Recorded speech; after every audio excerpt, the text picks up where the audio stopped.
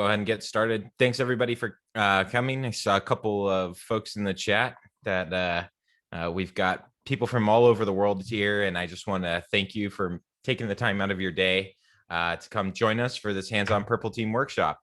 So my name's Tim Schulz. For those of you that don't know, I am the Adversary Emulation lead at SCYTHE. So prior to SCYTHE, so I've been here about 2 months now. I spent 6 years between Sandia National Laboratories and MITRE, who you may have heard, and we'll cover some of what I did at MITRE throughout the presentation. And before that, I did a lot of, I did some work with open source intelligence gathering, as well as some digital forensics training. So I've done a little bit of both red and blue, which you'll sort of see in the presentation here, obviously, as we move towards purple. And so if you have any questions throughout the time, George, Jose, and Yanni, that's 3 of my coworkers and colleagues, are going to be monitoring the chat, and so answering any questions. And then, so for those of you that haven't been to one of our workshops before, here's sort of the overall format. So you all should have gotten an email with your VMware learning platform provisioned lab environment. So if you haven't, let us know in the chat, and we'll try and work that through, work with you to get that up and running. And so part of what we're going to do is a little bit of a lecture before diving into the lab. So if you already know everything you need to know about purple teaming, or you've been to one of our workshops before or something like that, you can throw me on mute, jump into the environment, and start playing around. But for those of you that might be new to the concept of purple teaming, or don't mind listening to me sort of talk about how we approach purple teaming and how we think it can be applied in your environment and environments all across the world, then listen on. And so we'll probably do about 45 minutes of lecture, and then I'll dive into the lab. And so the way that works is I walk through the lab one time just so everybody can sort of see how I've walked through it. I follow all the instructions exactly, and then I sort of let you loose. So normally what it means is that takes about 20 to 30 minutes. So it leaves you about an hour and a half for additional questions, comments, that kind of thing. I'll be here the entire time. So, and you can always ask me questions about how would you use SCYTHE in this particular scenario or something like that. So this is meant to be an introduction to the key concepts around purple teaming. So if you are interested in learning a bit more or diving deeper, that's something that's for discussion afterward, or you can either send us something on Twitter or on email.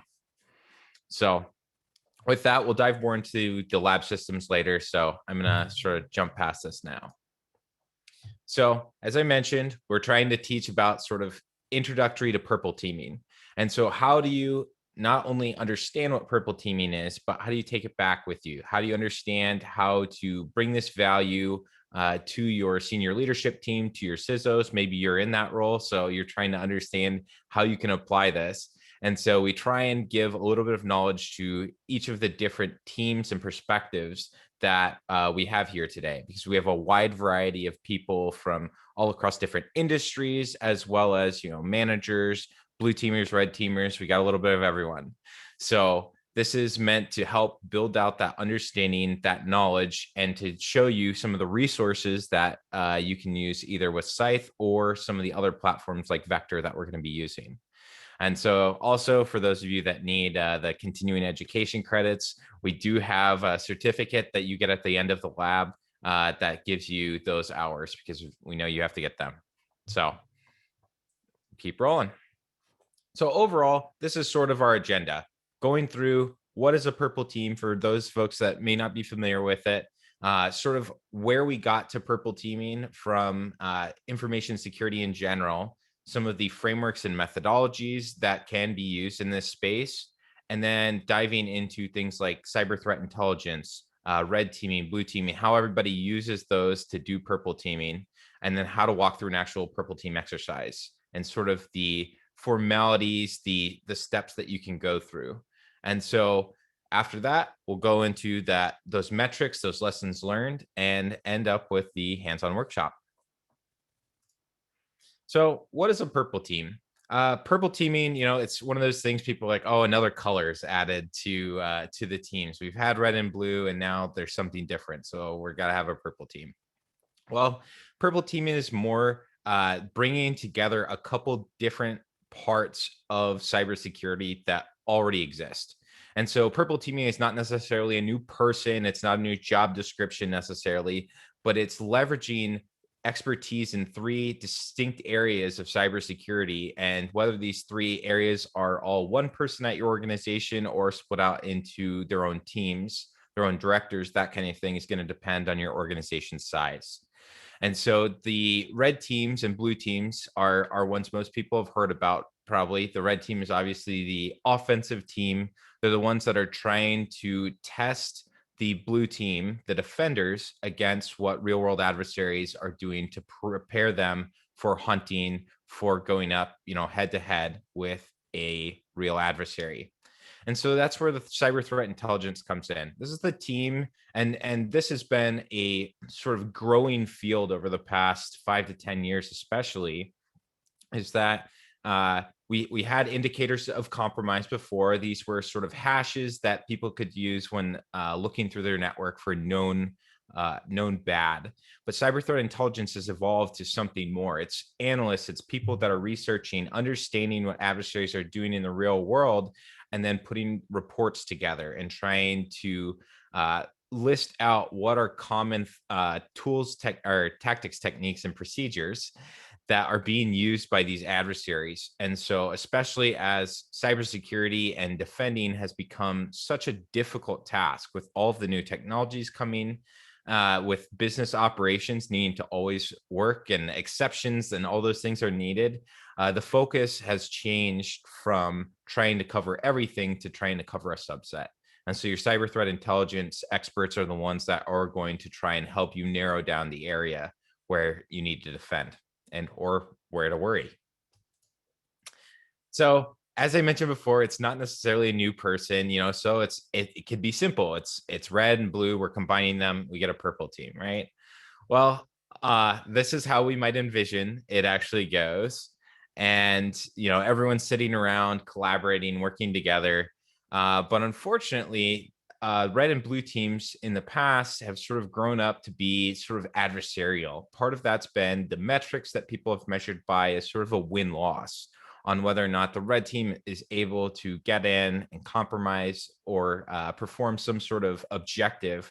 That's oftentimes the red team sees that as a big win. And so they have justified either their funding or their resources, that kind of thing. Or, if the blue team wins, then people ask the red team, well, why didn't you get in? Is it just that everything's unhackable? And so that sort of has made it difficult to have the two teams collaborate. And so what we're trying to do here is introduce methodology, a process, and a mindset for bringing these two teams together so that they can work together in harmony and sort of repair that relationship. So we start off with sort of a TLDR or a case study, if you will, of a successful scenario that SCYTHE that we have done.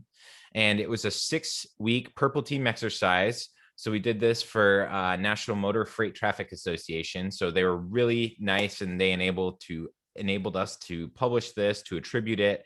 So we really appreciate and thank them for being able to not just have a bunch of anonymized information here for you, but we can talk about a real world engagement.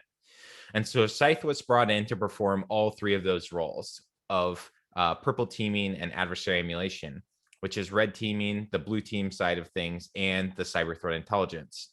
And so the overall challenge here for SCYTHE was that we were not able to spend or recommend any money on new technology. So it was only on tuning the current security controls that were already in place, that the organization that they had already purchased, what could we do with that? And so what we built was a 6-week engagement that we would start with a baseline testing just to understand what were the current tunes in the tuning of the environment, what alerts would pop up, those kinds of things. And then we gradually change different threat actors that are really going to take those through the paces.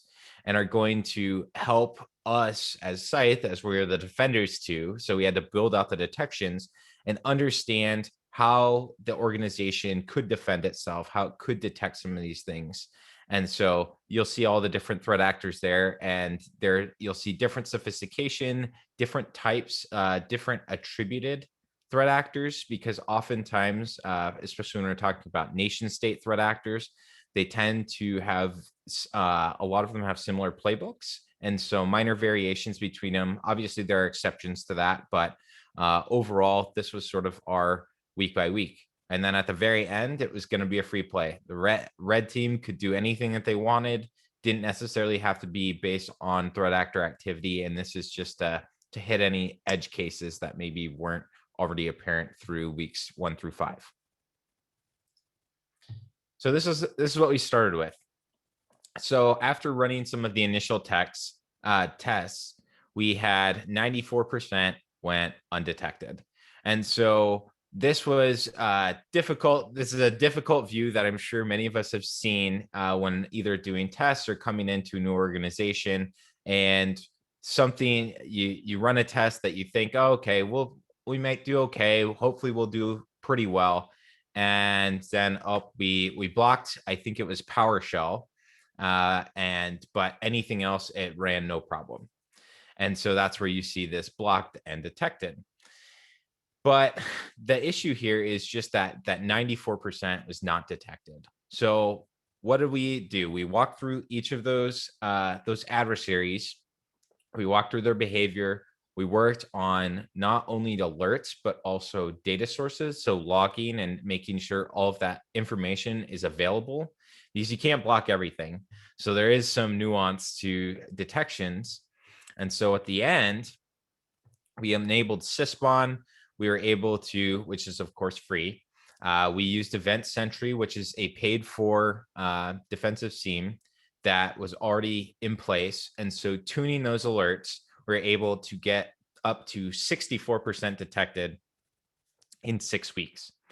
So I mentioned before that, part of the challenge with red and blue teams and cooperation in the past has often been on metrics. And so part of this is really showing that working together, it was Scythe doing the red and the blue team, but being able to pair those skill sets and that expertise together has a really straightforward metric here, in that here's what was the before snapshot, here's what was the after.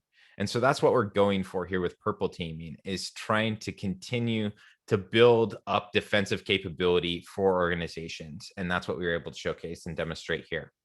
So something that I should mention here is that just because something is not detected does not necessarily mean that it's bad, because there are some, depending on your environment, I'll use PowerShell as an example, where something may not be detected because PowerShell is used all across the environment. But this is where having the ability to hunt and do instant response is critical. And so capturing that and logging that data is extremely important. And so that's where in the not detected cases, we were able to log the data. So just something that's not quite captured here in the before and afters. So as I've mentioned before, all offensive security is about providing value. That is the sort of core, I think, challenge in the communication between red teams and blue teams, is that while most people may agree with this statement, we necessarily haven't seen it applied in practice. And so how do we get to purple teaming and how do we get to that collaborative model? And so George has done a great job of building out this ethical hacking maturity model. And so it talks about that, how do we mature from an organization that's either just doing vulnerability scanning or vulnerability assessments and continue to mature up. We've seen different organizations have their own roadmaps, and sometimes they have a couple of these sort of flipped around in different places. This is not a one size fits all. So obviously you all know your organizations better than we do. But this is sort of a model that we feel can act as a strong foundation. And so it sort of moves, talking from the bottom here, from left to right of, we're going from doing some automated vulnerability scanning, working off of CVEs, things like that, to penetration testing, red teaming. This is introducing more unknowns into your testing process, and then all the way to purple teaming and adversary emulation.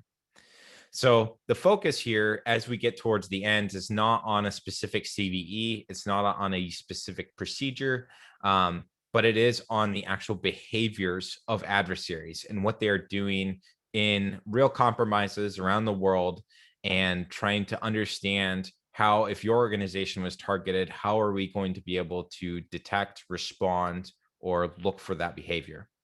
And so that's where the last bullet point here is the testing technology is not enough. This is not about, do we have the coolest tools, stuff like that. I will say SCYTHE is a pretty cool tool. I'll throw that out there, as you'll see. But people, processes, and technology are sort of the lifeblood of your organization. I mean, you need, there is nuance in these detections. There is, for some of the harder detections, you have to try and determine the intent behind the actions that have taken place. And so that requires somebody to do some analysis and to determine, was, this person from HR or this person from accounting, do they run PowerShell as part of their daily process? Maybe they do, maybe they don't. And so that's something that only you all are going to be able to provide in the context of your own environments. So, excuse me. We, most organizations, we like to talk about assumed breach model. And this is assuming that that an adversary has either gotten into your network. We've presented these slides for a couple of months now, and so unfortunately we've had lots of recent examples to sort of work off of, whether it's the SolarWinds breach, having a vendor that was allowed into all the environments, that was a trusted component. That's obviously not something that people were prepared for. And then also with the Exchange server 0 days that came out, that's something that, those are perimeter devices. Those are things that were introduced, allowed attackers to get access to the networks. So this is where working under the assumption that you have been breached allows you to test all of the different parts of your network instead of just working from the outside in. So a couple other things I'll throw in here, and we do have a blog post coming on this that I've been writing, is like some other scenarios that are common for sort of pitching assumed breach. So 0 days are one, insider threats are another one. Another big buzzword that's sort of going around is, how do we test for insider threats? Somebody that might, already be on the network. Now, insider threats are not always, do not always have malicious intent. Might be somebody that opens up an email or something like that that doesn't understand what's happening. And so that's where trying to account for all of those different perspectives and the ways that your environment might be exploited, that is really important to move to that part of testing when you're doing red team, when you're doing penetration testing. And so again, that's where we say mature organizations operate with assumed breach models in mind, because it gets you to the parts of the testing that are sort of the true business value add, and you're not worried about somebody sitting at a perimeter, because maybe you have really good perimeter security, but all it takes is one person clicking a link, one new 0 day coming out, something like that, and that perimeter can fall.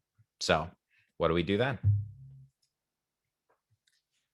So another thing George has done, and I'll reference a lot of the different blog posts and things like that we as SCYTHE have done over the past 6-12 months. And I think George did some of this too in his previous work. And it's sort of outlining, what do we call a red team? What do we call a blue team?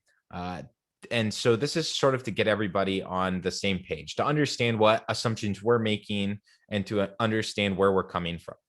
So for us, the goal of red teams, again, is to make blue team better. This goes back to that big slide on, all offense is about making defense better. And we're testing assumptions. We're testing whether the defensives in place are working as they're supposed to, and whether the alerts are firing as they're supposed to. And so this is a very manual effort, though. This is something that requires having a red teamer with expertise or somebody that you've designated as a red teamer or an adversarial tester. And so they are trying to make the blue team better. So that's the sort of key thing that I think sometimes gets lost is the customer at the end of the day for the red team is the blue team. That is who their focus should be. Moving on to the blue team. This is every defender in the organization. And so this is more than just the SOC. It could be a number of teams. You have hunt teams, incident response, depending on how big your organization is. This may all be 3 people or 1 person, or it could be, teams of 20 or hundreds. And so organizational defense is really everyone's responsibility, up to senior leadership team, the CEO. Everyone is responsible for defense at some point, whether it is saying that this is a really fishy looking email, or having some sort of provisioning and management solution to make sure that you are deploying new employees regardless of position, with the same image for your defenders to work off of.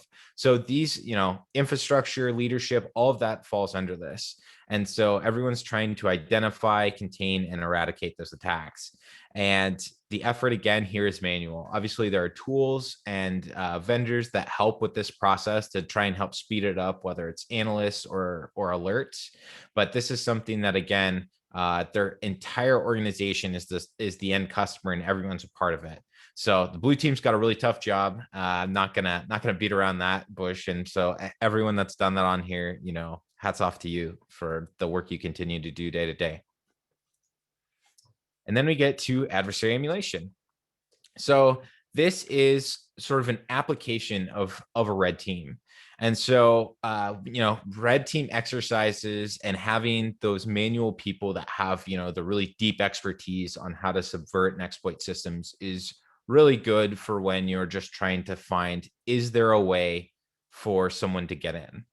So we like to focus on adversary emulation because it's a scoped red team. It is specifically linked to adversaries that are doing a specific action or actions.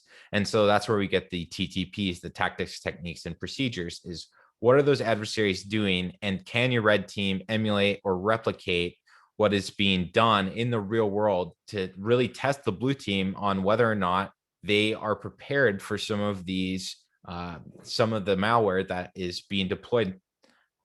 And so this could be blind, where, for instance, you have an adversary emulation that's going to be executed without the knowledge of the blue team. And so things like that might be done to test procedures, response times, things like that.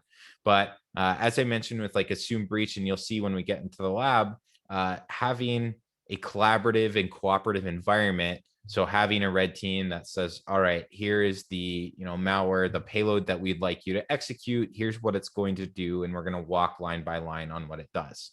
And so that's where we start getting to the purple team part of this, is less into a specific, team versus team, and more into a shared objective.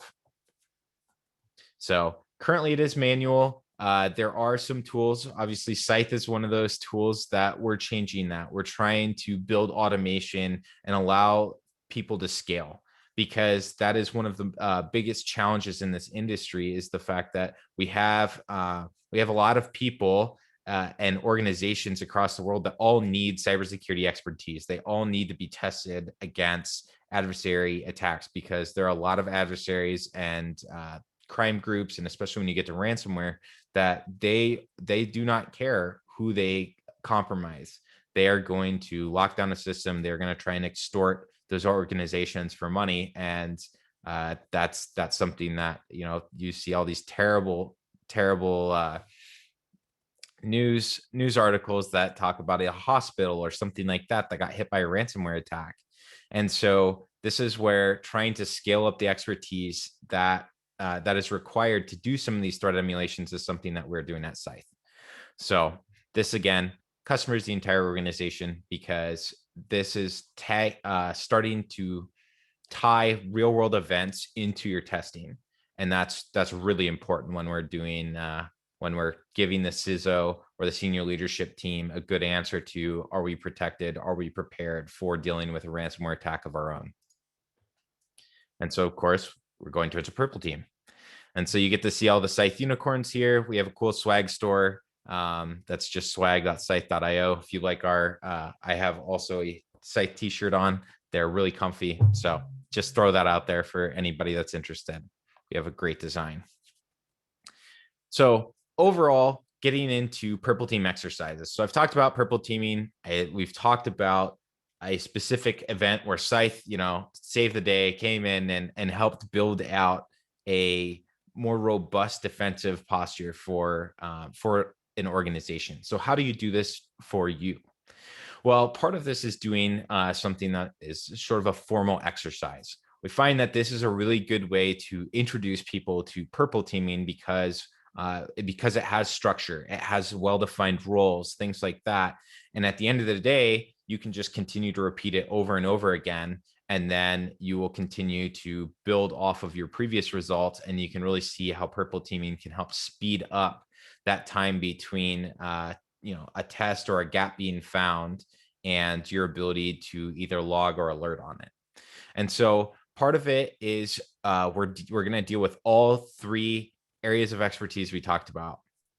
And so we're going to start with the cyber threat intelligence. And so CTI is going to provide you with a threat actor that you're worried about. The red team creates an adversary emulation plan. And then you can go into like a tabletop. What do you expect? That's what we do. Anytime I've run a purple team engagement, that's the first question after we execute something, or even before we're going to execute it. What do you expect is going to happen? And so we record that. And then what actually happens? We record that. Are there differences in those? Why are there differences? And then that sort of process helps you understand, and why purple teaming is so valuable is that it does require all the people to be in the room to sort of answer those questions. And that's where you get the that quick turnaround with like new alerts, new testing. And so we're going to dive into each of these. And so again, when it comes to like, when do you do a purple team? When should we do a purple team exercises, or when are we ready to do a purple team exercise is also a question that we get. I'll tell you anytime. And you don't have to do a purple team at an extremely large scale. Purple teams can be used to train defenders. This can be something that anytime you have somebody new comes on board and you have an onboarding, purple teams are great for showing them the people, the processes, and the technology of how responses are going to happen in the event of an actual compromise. And so this is where running a purple team, saying, all right, to give an example from one of the ones we've run, is we executed this thing. All right, the tier 1 support saw this log file. And so they clicked on it. This is the checks that they're going to run. And then after that, they're going to escalate it to a tier 2. And so depending on how your SOC's set up, and so this one was a very, tier 1, 2, and 3, how does it get determined when that shift between analysts happens? And so that's where, again, you get that test that process between security teams. This isn't necessarily just between red team and blue team, but if you have multiple teams within your organization, maybe somebody's responsible for the perimeter and looking at logs on externally facing websites versus looking internally. So we have run into cases like that. And so making sure that those teams have active lines of communication is really important. And so that's where you can test either single TTPs or you can test entire attack chains. So something that's really important when we're testing attack chains is that correlation, and the as soon as transitions happen between events, those are often times where there are real detection opportunities. And so making sure that, in a vacuum, trying to detect a single technique being run is going to be really difficult. So that's where using the clues and the event IDs, for instance, of like Sysmon logs and Windows event logs, things like that, to see if certain processes are spawning something else. The classic one is, a Meterpreter spawns notepad.exe, and it's, notepad.exe is calling to some external server on port 4444. That's a problem. So that's where trying to understand how those things go is going to be really important. And so moving on to another red team sort of tie into this is that So oftentimes the challenges that red teams have is they come in for a short period of time, whether that's a few days, a few weeks, or even a few months, is that they come in, they do their work, and then at the end of it, they turn in their report and then they walk out and they go and do the next thing. And so maybe you have an internal red team if you're in a large organization that can do testing over and over again internally. And so there's sort of that built-in collaboration just from being in the same organization. But how do you know as a defender that you have plugged all the holes, you've made sure all those gaps that were identified are now alerted on? So typically what's been done is that you have to hire the red team again. You have to bring them back. You ask them, hey, in addition to any new stuff you do, I need you to go and run and test all this stuff that you did last time. And so sometimes from the red teamers, that can be frustrating because you've spent all this time building new capability, you've got all your cool new code and techniques, and then you run some of the exact same things that were tested the first time and they all still work. And so now it's sort of a, well, do we even test the new stuff because they haven't even been able to fix the old things, and it's been a year, it's been 6 months.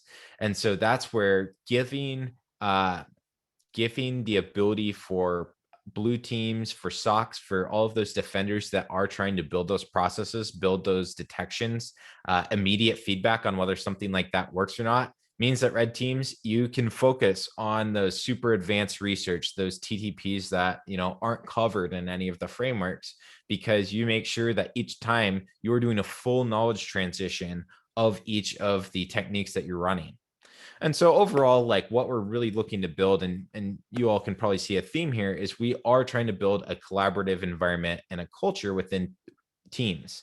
Because ideally, if you won't need a formal exercise where you have an event coordinator and everybody sits in maybe a conference room or something like that, that maybe it becomes to a point where that is just built in. That's part of the process, is that red teamers that are testing new techniques are going to send over, hey, we just ran this. Can you all see it?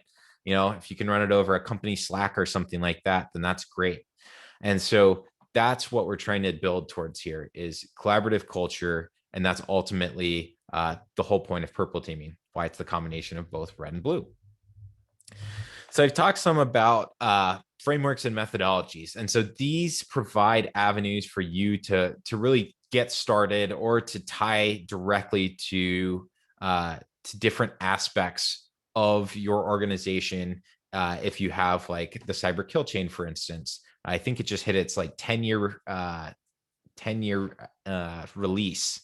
And so there was actually a really good thread by one of the authors talking about how what the cyber kill chain did in their mind was sort of change how defenders could look at attackers coming in, is not trying to defend and try and figure out everything that happened, but they only had to trace to a single aspect of the kill chain in order to understand, to start their incident response and that kind of thing. And so that was a really important sort of distinction and a mindset for everyone to move to, because otherwise everyone was sort of doing things ad hoc. And so you're relying on the expertise of the people you have, which isn't necessarily a bad thing, but if no one can communicate about what they're looking for, that becomes a really big challenge. So there were some critiques with the cyber kill chain, particularly in like their final step is actions on objectives, and that's the post-compromise behavior. And so as we've seen, and as we'll talk about here in a minute, is that area is great. Like summing all of that into a single step is like a gross misrepresentation of like all the things that can happen, because that's where businesses get impacted. That's where ransomware does what it does, is all in that actions on objectives. And so that's where the unified cyber kill chain came out. And then there's all these other regulatory testing frameworks that are specific to a couple different industries. And so these are all things that you can go and download. And I believe George actually hosted, because I think a few of them may have gotten the papers or have some dead links, stuff like that. And so I think George actually, as of this morning, is hosting a couple of those on the SCYTHE instance. So I think we released a blog on it. George, if I'm being a liar here, call me out. But overall, the testing framework we are going to use is MITRE's attack framework, which you all have probably heard of. So I mentioned the cyber kill chain. This is that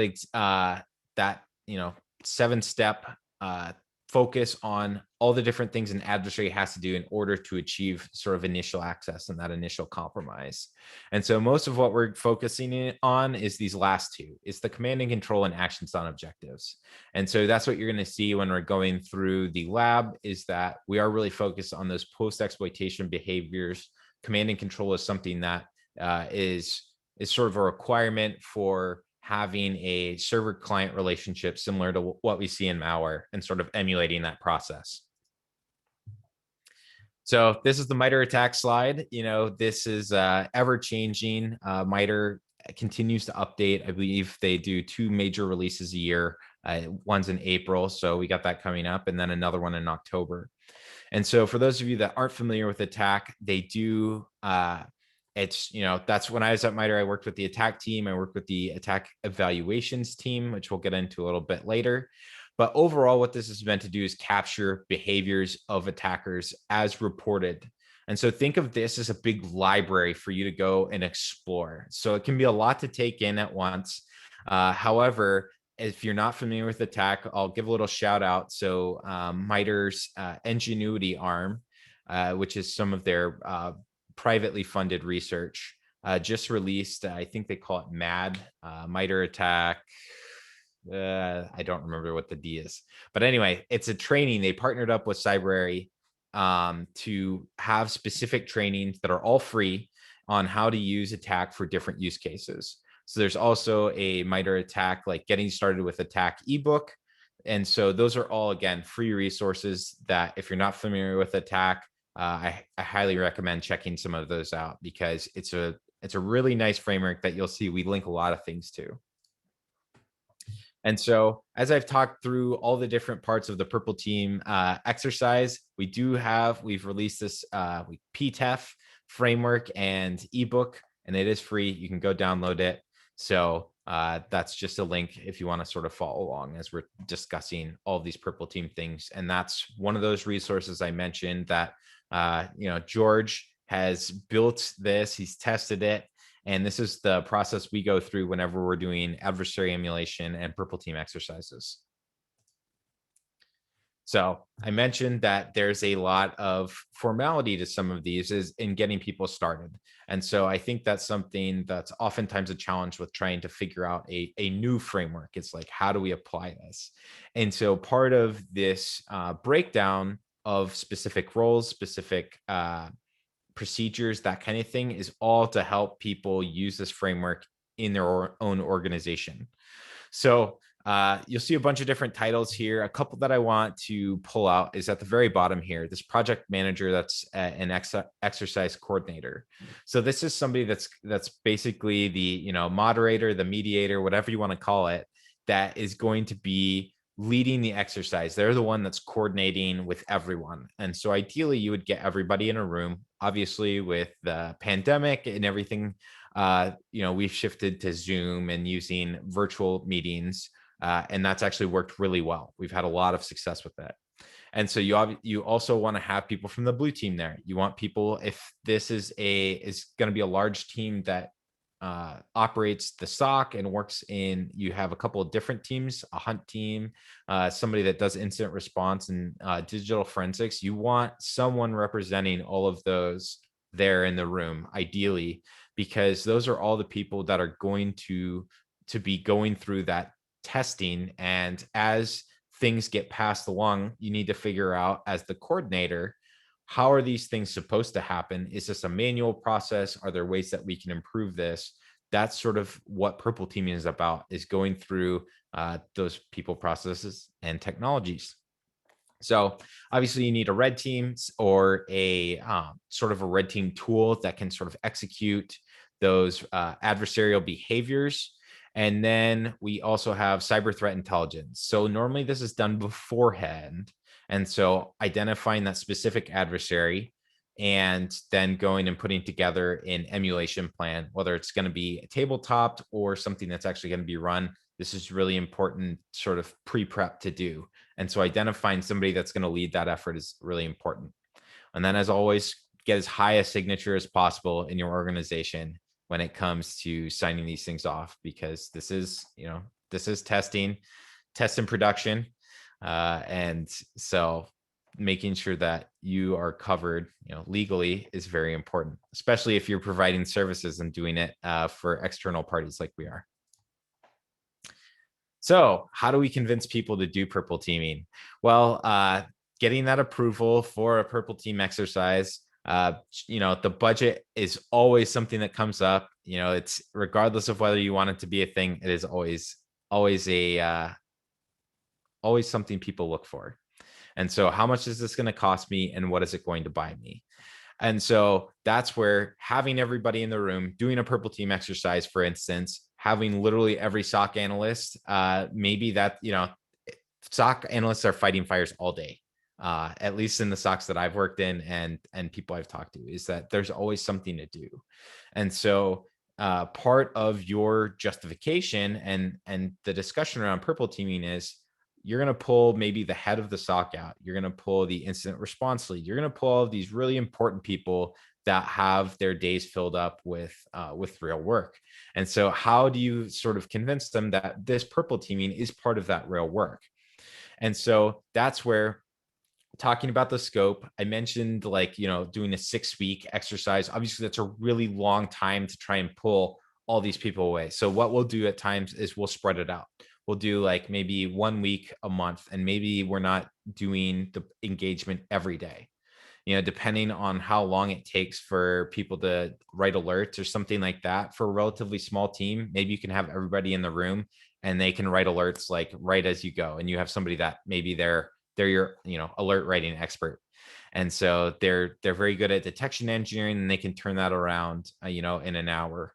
And maybe there are other organizations where that's a whole separate team. And so there has to be a approvals process and a submission, and here's the test cases.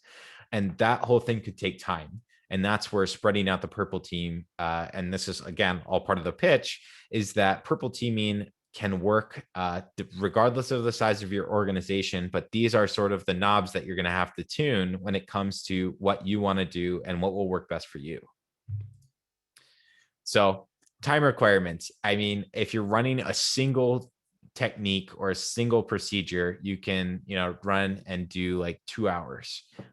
It sounds like a long time, and everyone always asks, like, whenever we're writing our proposals and we say, okay, we're going to do these TTPs day 1, these TTPs day 2, a common question is, oh, well, what if we finish early? We don't finish early ever. And that's part of the nice thing about purple teaming is there's always these undiscovereds that pop up during the engagement. Oh, we didn't realize that this person got email alerts when PowerShell gets executed or something like that. We've had that kind of thing happen. So these are all real world examples I'm referencing here. And so that's where this takes time, and running all of these processes and these techniques and understanding, if we're able to zoom through everything, that means that either the organization has just really got its stuff together. It has a really clear, chain of command, it really clear policies and procedures for when to escalate and who should do that. Or it means that, maybe quite the opposite, that no one really knows, and we'll just figure it out. And so that's something that purple teaming is really good at identifying, and oftentimes can be identified within the first like 1 or 2 techniques being run. Is okay. We've had engagements where we've had clients that had a response time, or the time it took for the logs to propagate all the way into their Splunk dashboard took hours. And so, when you're on the red team side, as I was, you execute these things, and then we're waiting. And so part of that was figuring out why isn't that logging more quickly? Ransomware, the time it takes from initial infection to starting to lock up systems is in hours, in single digit hours. So if your logging and response time is over 10 hours or something like that, then it doesn't matter what what cool tools you have in your environment. Your notification that your environment's locked up is going to be when you start getting calls from people that they can't do their work, and then, maybe you're being on the news. So two things that I think everyone wants to avoid. So when we talk about cyber threat intelligence and building out this this emulation plan that people are going to work off of. So this is a really good sort of breakdown. Looks like the cyber kill chain because it's the same sort of graphic. But I had some colleagues at the time, Katie Nichols and Cody Thomas, broke this down into how do you do this? How do you go out and just grab TTPs and say you're good? Like, I'm sure somebody uses these. I'll grab some from attack. You can do that. But something that's a little bit more targeted is trying to, understand your organization. So this can be, these are sort of high level techniques on how to walk through this process, but understanding your target organization can be as simple as saying we're in the financial industry. So financial threat actors will probably be targeting us. And so then you would identify those adversaries and say, who are those threat actors that are targeting financial industry? Either this can be, maybe you have a threat intel team, or you have a partner organization who's been compromised or had to deal with this before. And you can ask them, hey, who is attacking you all? What have you had to deal with in the past? I will say on the MITRE attack website, you can literally type in your industry at the top, pharmaceutical, you can type in finance, things like that. And it will give threat actors sort of start you off at least on a list of a couple of them that you can work off of. So, or you can leverage, some of these like SCYTHE plans that are publicly available. So those are things that you can all do to sort of tackle those first couple of steps. So once you've identified the adversary, you're going to go and gather threat intelligence. So what does this mean? So this is where MITRE and the attack framework really come in handy, is that I mentioned it's like a library. It's a bunch of references that they've done for you, that they have worked with analysts that are all working at all of these vendors in the real world. And, anytime you see those like malware trends reports that every company seems to release, every couple months, they have like, here's what we're seeing. Here's clients that are being compromised and what is affecting them the most. And so you have all of those reports and sort of gathering those together. And so what the attack framework's also done is extracted out the tactics, techniques, and procedures. And so you can go and see the reports for reference if you want to, or you can just take the TTPs right off of some of the group listings. So MITRE has a specific group listing, and we'll show you a couple different ways that you can do that in the lab. And then organizing and analyzing it. So you could just take all those TTPs and run them one at a time, or even chain them together. But sometimes that association and chaining things a specific way is really important. So for instance, some threat actors like to, as soon as they get on a new machine, they've infected something, whether somebody's clicked on their malware, they like to check for a bunch of these security tools to see what is enabled. We saw this with some of the SolarWinds malware, is that it was trying to be very careful with not being caught and tried to either disable specific security tools that were already on it. Or it would just abandon ship if it saw that, some of the different sysinternals tools were installed. And so lots of malware does that. It tries to look for virtualization. We have stuff like that these days. Other malware doesn't care. It won't check for anything. It'll just start running. And so that's where, the behaviors of the malware, what it's trying to do, is really important to that order of operations. And so that's where organizing it into, maybe it's those high level tactics where, privilege escalation is only done after they've checked their privilege level and done some enumeration to see, is there a specific process that they can inject into in order to achieve a higher integrity level so that they can run Mimikatz. So those are things that you'll see. We have adversary emulation plans that we've released publicly. MITRE also has released some as part of the attack evaluations effort. And so I would encourage you all, if you're building your own, to sort of look to those as examples and sort of leverage as much of those as you can when you're building your own plan. And so at the end of it, you have a plan. Now you can emulate the adversary. And so you would need to pick some tools to do that. So diving into different types of cyber threat intelligence. So there's a couple different ways to look at this pyramid. And so this is David Bianco from Microsoft's Pyramid of Pain. and it's sort of pyramid of adversary pain. And so there's a couple different ways. Like I said, I've always presented this from a sort of red teamer aspect, but I got to see a couple of people that were talking more from a blue team perspective on when you're writing detections. If you are building detections off of hash values, it is really easy, but also as an adversary, it's super easy for me to get around that. I can recompile the malware. I can flip a single byte. Those types of things are going to change the hash value enough that it won't matter. When writing detections, again, for like IP addresses, there are all these IP address lists of known malware, that kind of thing. But with the cloud and, all these IPs get switched over, get turned over. And so if you start blocking, Amazon IPs and AWS, you're going to be in for a world of hurt when that's something that is actually legitimate that somebody in the business needs to use. And so with that, we get down to domain names. Same problem is that cloud has made some of these super easy for adversaries to both swap out from like a provisioning standpoint, as well as it's made it difficult to try and write good detections based on just a specific domain name, because things can get swapped out, domains can get compromised. And so this is where you can see the trend we're going to here is, so what we want to get to is that TTPs, that behaviors, what is the adversary doing? And so this is where I like to remind everyone that adversaries are people too. And so I say that from remember that they have to build capability. They have to bring in an expert. 0 days don't grow on trees. And so people, they have to have a limited resource pool for expertise, the same as most groups are going through. And so that's where, if you are able to fingerprint the specific, whether they're using PowerShell or they like to stick to command line, things like that, if you force them to move from one to the other or something like that, that is major expertise that they are potentially having to change. That is major code changes that they are being required to make. And as malware has gotten, frankly, more sophisticated, it has turned into a software engineering project. And so they have to have engineers doing some of that stuff. And so all of that stuff takes time, effort, energy, resources.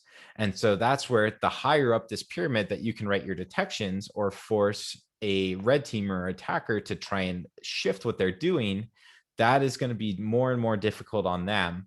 And that's honestly the goal, is to try and make things so time consuming and frustrating for an adversary that they either just give up or you're able to catch them.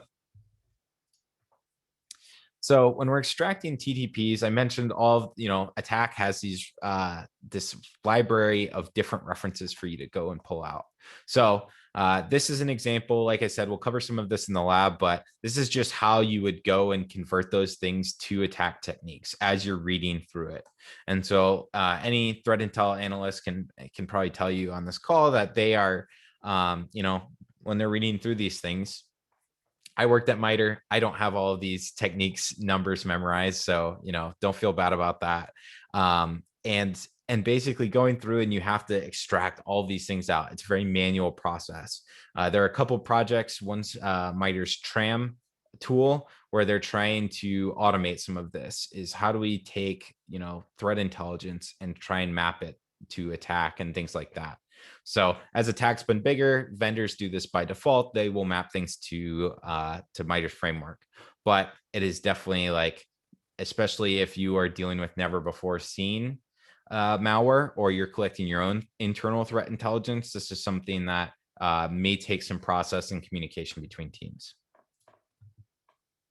And so Attack Navigator is a nice way of communicating all of those different tactics, techniques, and procedures that you are testing in your adversary emulation. So this works especially well if you're mapping to a specific adversary, because there are times when maybe you can't emulate everything they're doing, or you are only working on a subset. And so we find that Attack Navigator works as a pretty nice senior leadership communication tool that doesn't get too in the weeds, but still communicates maybe the breadth or the depth of what you're testing. If you're looking at a specific tactic, for instance, like defense evasion, if you're only testing that, you can say, hey, we were able to test a bunch of different things. However, I'll caution against trying to fill this out. It's not a bingo card.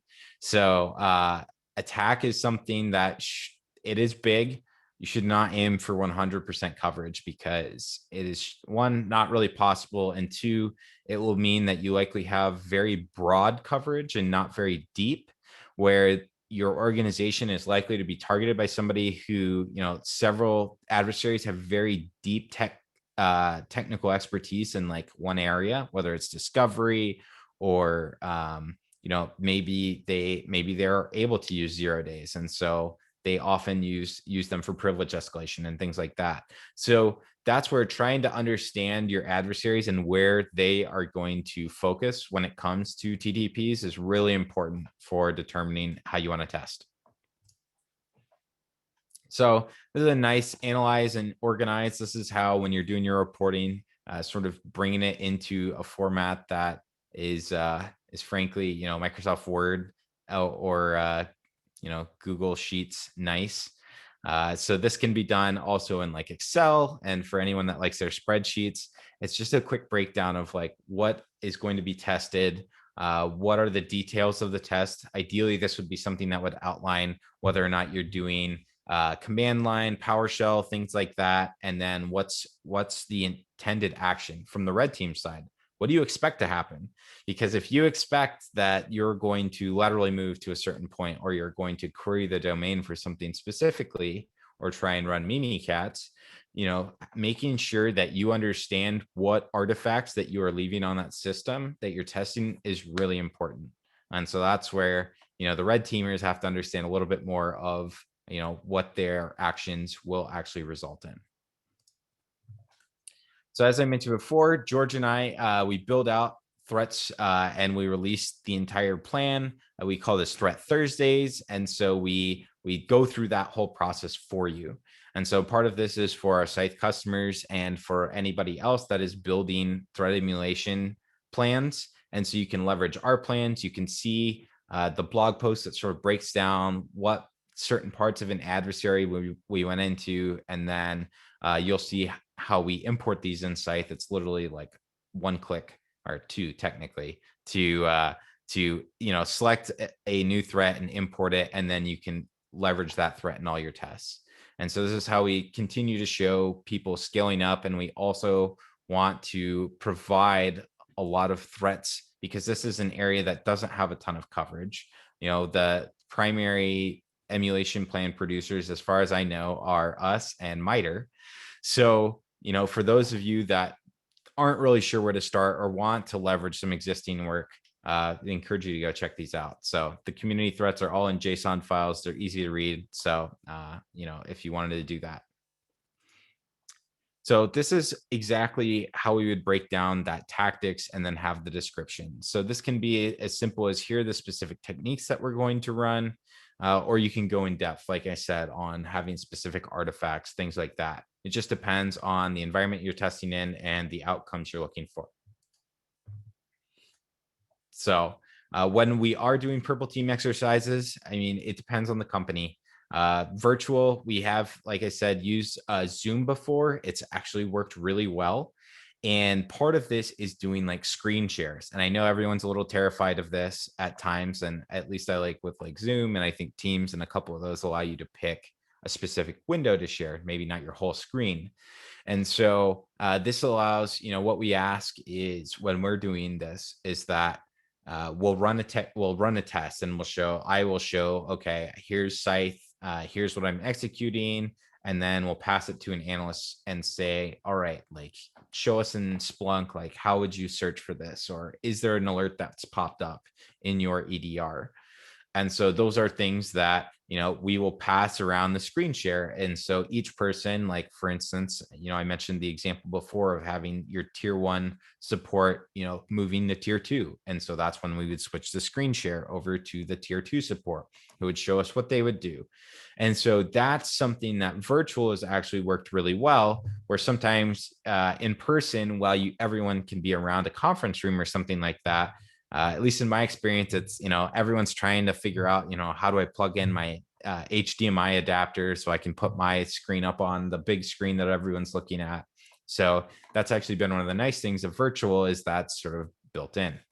So, but obviously not everyone likes to do things virtually. So especially after this pandemic's over, moving to a point where everyone is in a room and can have those sort of quick collaborations will be nice.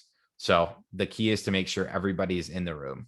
And so obviously having room in the SOC to do this would be ideal, as you can go pull people as needed if they're not going to be part of the exercise full time.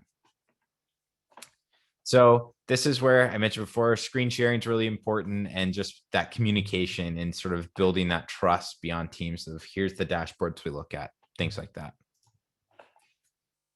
So I mentioned before, gave you a little preview of testing in production. There's long been this testing on test systems and servers, which is great from a we don't want to knock anything over perspective and corrupt any hard drives, things like that. The challenge is most of the times test systems and test servers don't have a good enough replica of the real production system. And this includes defensive security tools. Obviously, part of what we're testing here is whether or not alerts are generated, whether logging works as expected. If we are running things in a test environment, maybe that log gets populated in 2 seconds, and then an alert's able to fire off because the only activity happening is the red team activity. And so that's where moving into a production system, there is going to be a lot of noise, and that's part of the benefit, and that's part of why purple teaming I mentioned before takes a little bit of time, even for a single technique being run. It's because you have all of the noise in the organization. You have everyone sending emails. You have all of the normal noise that computers just send over the networks because, that's all these Microsoft protocols that are built in for our convenience. That is all there, and you need to be able to write detections with those in mind. And so another example, I keep tying this back to, PowerShell. So in case you all haven't seen it, I did write a blog post on the continuing pain of PowerShell, because adversaries still use it extensively, and it's on the rise again, which is kind of amazing. We saw like a initial peak of PowerShell, and then red teamers were like, everybody detects PowerShell now, which is not true. So that's, you'll see that PowerShell in a test environment would be super easy to pick out. But PowerShell in a environment where your system admins are using it, where a lot of like provisioning tools, like I mentioned before, if you are trying to, restore something off of the network, a lot of these orchestration and provisioning tools will do encoded PowerShell over the network. And so if you're not used to seeing that, you're going to say, oh my gosh, like we're compromised, until you start decoding it and see, oh, actually that's legitimate. This is how that backend works. But you didn't know that before. And so you can't write anytime PowerShell appears across the network that we need a big alert and, call the IR team. So those are the things, those are all the reasons why you should test in production. You should test on different systems. So, we ran into an organization that they tested their endpoints. So what they gave all their employees and their servers had 2 different detection methods. They had 2 different methods of collecting telemetry. They had 2 different products that they were using. And so that's where trying to expand your coverage as much as possible is really important. So, and as I've been talking about this entire time is all the defensive tools that we are testing when we're doing purple teaming, because ultimately we are trying to tune and prepare the blue team, the defenses of the organization for a real adversary. And so this is understanding, are there EDR tools in play? Are they the ones that are supposed to be collecting a specific set of logs? Is Sysmon enabling going to be a good or bad thing? These are all questions that get answered when you have sort of a breakdown of all of these security tools. And sometimes you'll find that when you have really large teams that are split by maybe location, things like that, that asking them to put together a list of their security tools across all of their locations, and you'll find out that they have some conflicting tools, or tools that do the exact same thing. And so that's what we found, that trying to have a good asset inventory from a vendor and tooling list is really important for understanding like what is the full arsenal of tools that you have in order to protect your environment. So preparation. So if you're just doing this, as I mentioned before, you can do it blind where the SOC would not be prepared for the test. They would treat an incident like any other one. I know, to pull an example out, I know Facebook and Alex Stamos had talked about at times when he was there, when they would run a full scale, the red team is an assumed attacker as somebody that has breached Facebook's either one of their locations or things like that, and they were able to plug it in. And so the blue team and the security teams are all supposed to treat any information like that as a real intrusion. And so part of that is, people stay up late, they work around the clock to figure out what happened, how to contain it, that kind of thing. And then at the end, they have lessons learned and all of that. And of course, letting people have a few days off in order to recover. But we tend to like something that's a little bit more collaborative, because then you don't have to worry about people staying up all night. And so making sure that you have both the SOC has been notified, that you have the sign-offs, that whatever tool you're using to either emulate the red team tools or malware is accessible. Maybe you need firewall exceptions, that kind of thing. Just ensure that all of that is in place, so you don't waste an entire day of the purple team exercise just setting up. So seen it happen. And sort of same for your digital forensics and incident response process, is making sure that if this is going to be part of the test, that make sure that they have the tools installed that normally would. This is, again, another reason to test in production, is because if there are separate tools that are installed or leverage, network access, these are things that are going to be available in a production environment and may not be easily deployed in a test environment. So yeah, let me just make sure. Okay. So once you, I skipped one there for a sec.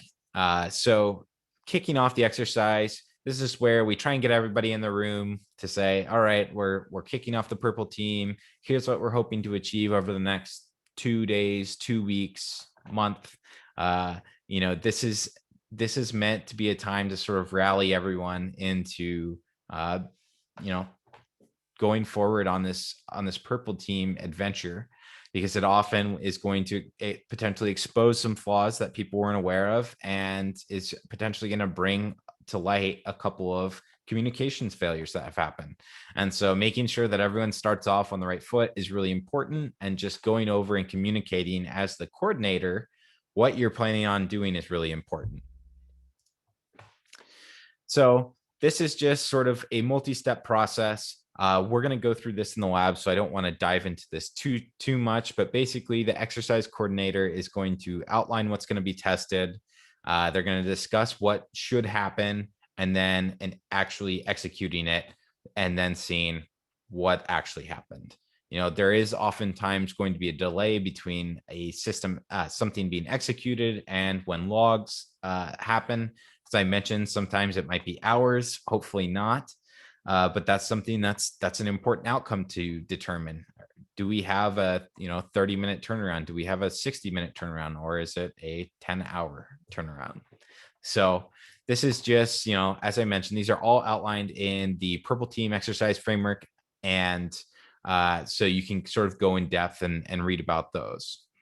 And so this is where at the beginning I mentioned that just because something wasn't detected doesn't mean it's all bad.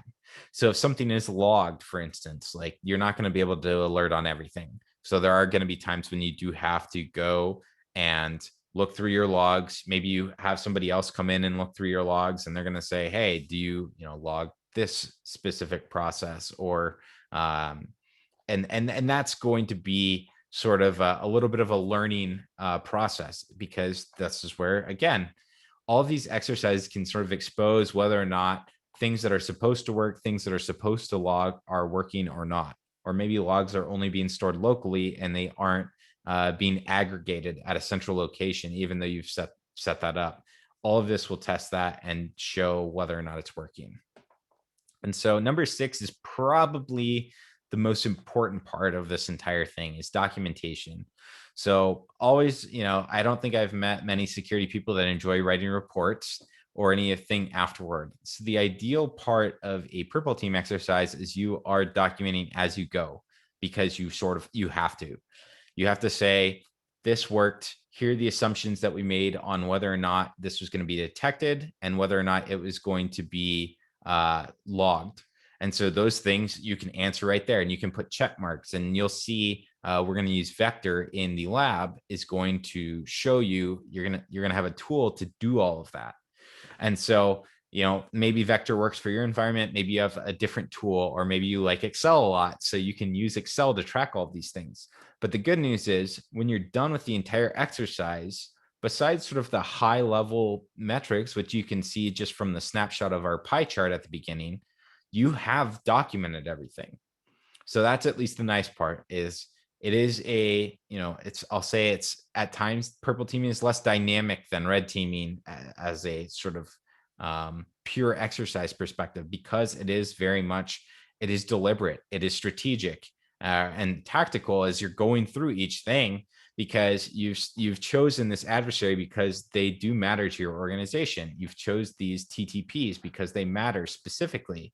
And so that's where, as you're going through each one, things can get, I'll dare say, a little boring at times, but that's when, that's times to sort of build rapport between teams to talk about what's happening and why communication is super, super important across all of this. So, and then whether or not a team can actually do adjustments to either increase visibility or increase the potential alerts that are generated, whether they can tune those, that's all going to depend on the organization. So if you are just in charge of coming in and doing the red teaming, that kind of thing, this is something that if it's a small team or somebody that can turn around things quickly, maybe they can flip a switch or install Sysmon and you're good to go. But for other places, doing a single, Sysmon statement might do 14,000 results in a day or an hour or something like that. That's going to need some significant tuning before you start trying to detect an alert on it. So that's where your mileage may vary. And then you repeat. So this is a picture of Vector. So you can see here the red team details. You'll see that SCYTHE, we have a report format that fills this in automatically. And so the focus on this is the blue team during it. You get to see whether or not something was blocked, detected, not detected. And then you can, if you select not detected, it'll say, was this logged and how was it logged? And so you can go through and fill out as much information as you have. And you can fill in your products for the expected detection layer. So there's a lot of customization that's available. So we are going through this in the lab. So don't worry, you'll get to play around with this. And so sort of at the end of this, you need to make sure that your lessons learned are crystal clear, and that what is something that the organization was able to take away from it. Was it that there are specific techniques that they really need to work on tuning PowerShell? Again, going back to my PowerShell example. And so making sure that this is sort of reinforced, besides what was detected, what wasn't, something that we've been able to highlight across a couple of exercises is that you have really good people. Your SOC is outstanding. It's more of enabling them to make some of these changes. And sometimes that takes an external group like ourselves coming in and being their voice for a little bit. Or maybe basically we can sort of tie into, talking to people over the case of a few days. We're able to, in our final briefing, we can reference, we talked to so-and-so, they mentioned that, the SOC lead, that they'd had this previous report that was done. We were able to breathe through some specific sections and say that we would, further reinforce that, Sysmon needs to be enabled on all systems. And, here are some ways that we would recommend to, working with your infrastructure and support team to make sure that they're not going to be flooded with stuff. So this is, those are the types of things that all can come from these lessons learned. And so making sure that, you have emails that are going out to obviously the people that are attending so that it has a minute of what happened during the day, but also, especially if you have senior leadership team, CISO is all people that you should make sure are sort of kept in the loop, because most often they're probably sponsoring this or paying for it in some form or fashion. And they want to know what is the purple team buying them? So, and for anybody that's asking, we will be sending out these slides. So, I probably should have said at the beginning, but if you've been taking notes the whole time, I'm just gonna, give you a gold star because that's awesome. So, and from there, I think I skipped one again. Oh, no, we're good. So we do have tools to use. We have the C2 matrix. So this is maintained by some people at Scythe, some people at like Red Canary, and it's all of the red team frameworks and adversary testing frameworks that you could use. And it sort of gives a breakdown of different features, things like that. Depending on your adversary, some tools may work better than others, and others may have a nice looking GUI. Some are command line only. And so it's going to depend on the expertise and time your team has to learn some of these tools. And with that, we are going to get into what Scythe is.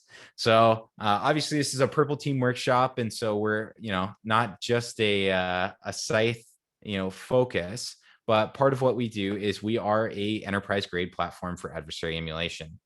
And so you are creating controlled synthetic malware, as you will see, and this can be deployed on premise. So, or in the cloud, it doesn't matter.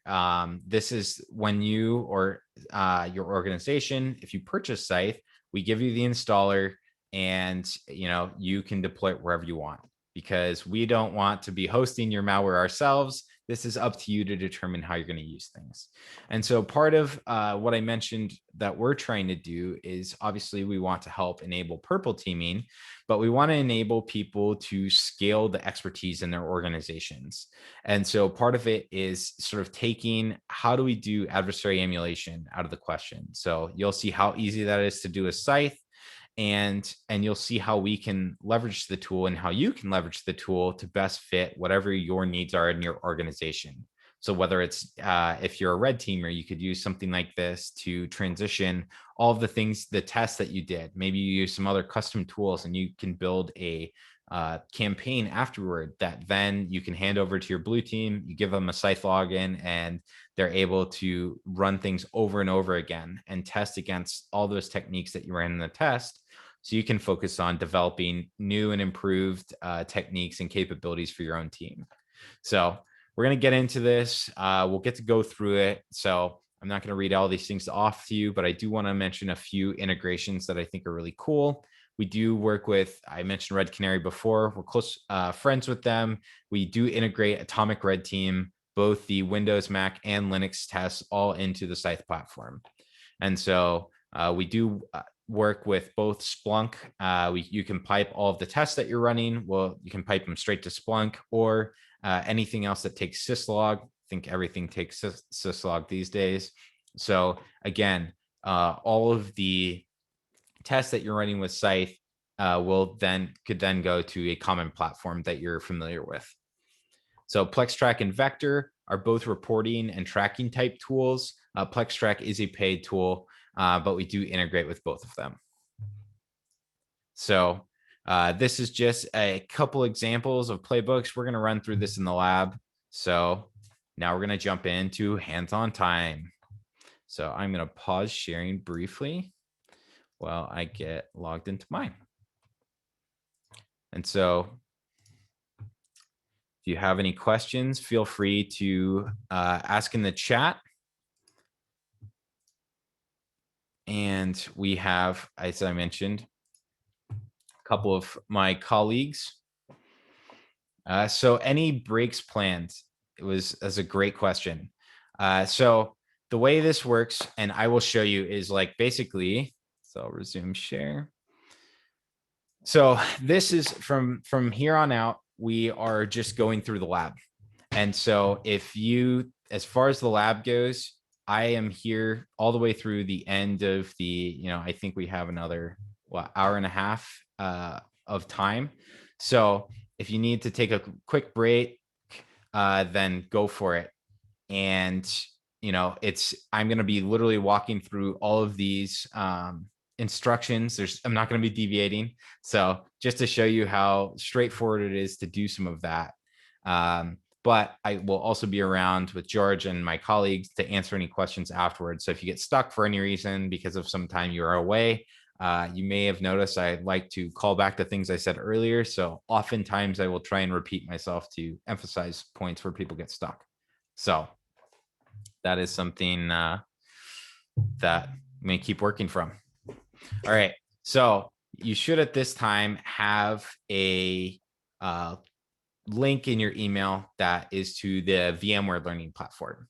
And so when you click on that, it pops up to this guide.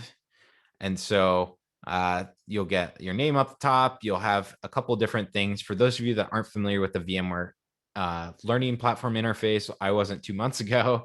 So I'll walk you through a couple of different things. So we have the manual over here on the right. And so you can click these buttons and it's going to pop out a couple of different things for you. You can resize your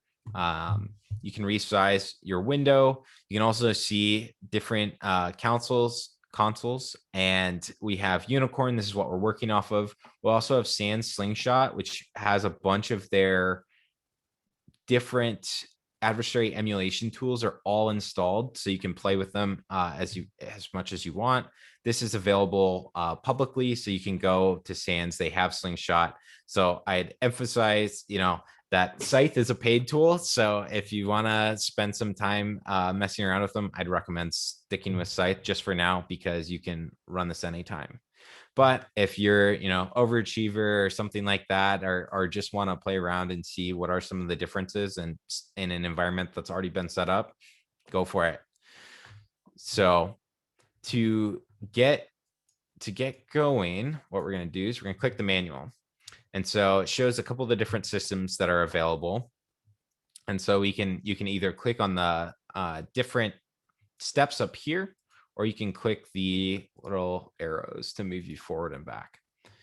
So there's 4 different systems available. You might notice that we only have 2 that show. That's because a couple of these, like the DC, are not directly available to you on the console view. However, you can interact with them. So if you want to play around a little bit on your own, see if you can discover and attack some of them.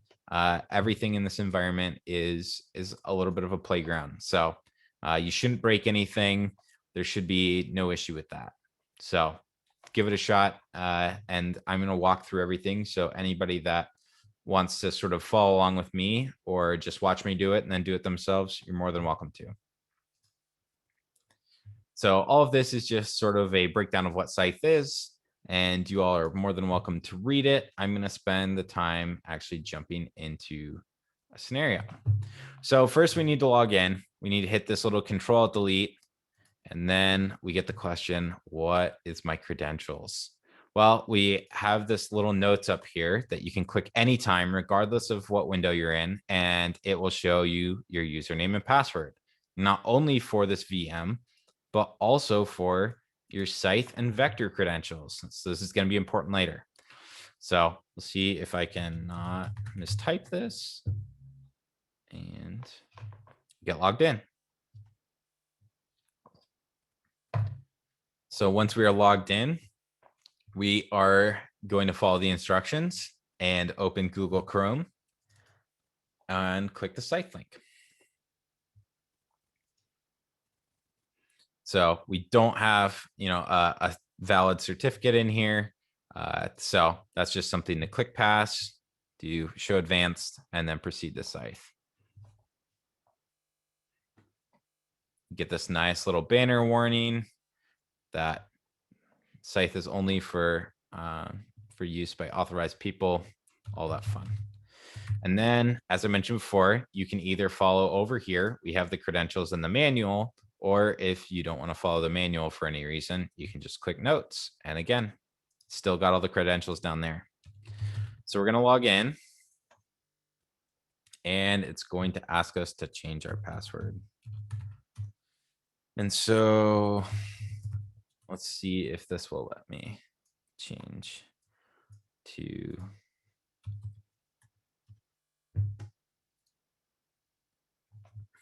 All right. So change your password to whatever you want, and write it down. Remember it. There's I changed it to unicorn123. So obviously very, very secure, very different than just unicorn. But once we're in, you'll get to see some of the campaigns that have been run. So you can play around with this later. You can see what these campaigns are. We're going to go and work on building some of our own campaigns. So we're going to build, and like I said, I'm literally going to follow the instructions exactly. So if you want to just keep rolling on your own, feel free to throw me on mute. But this is just for everybody that sort of wants to walk along with me.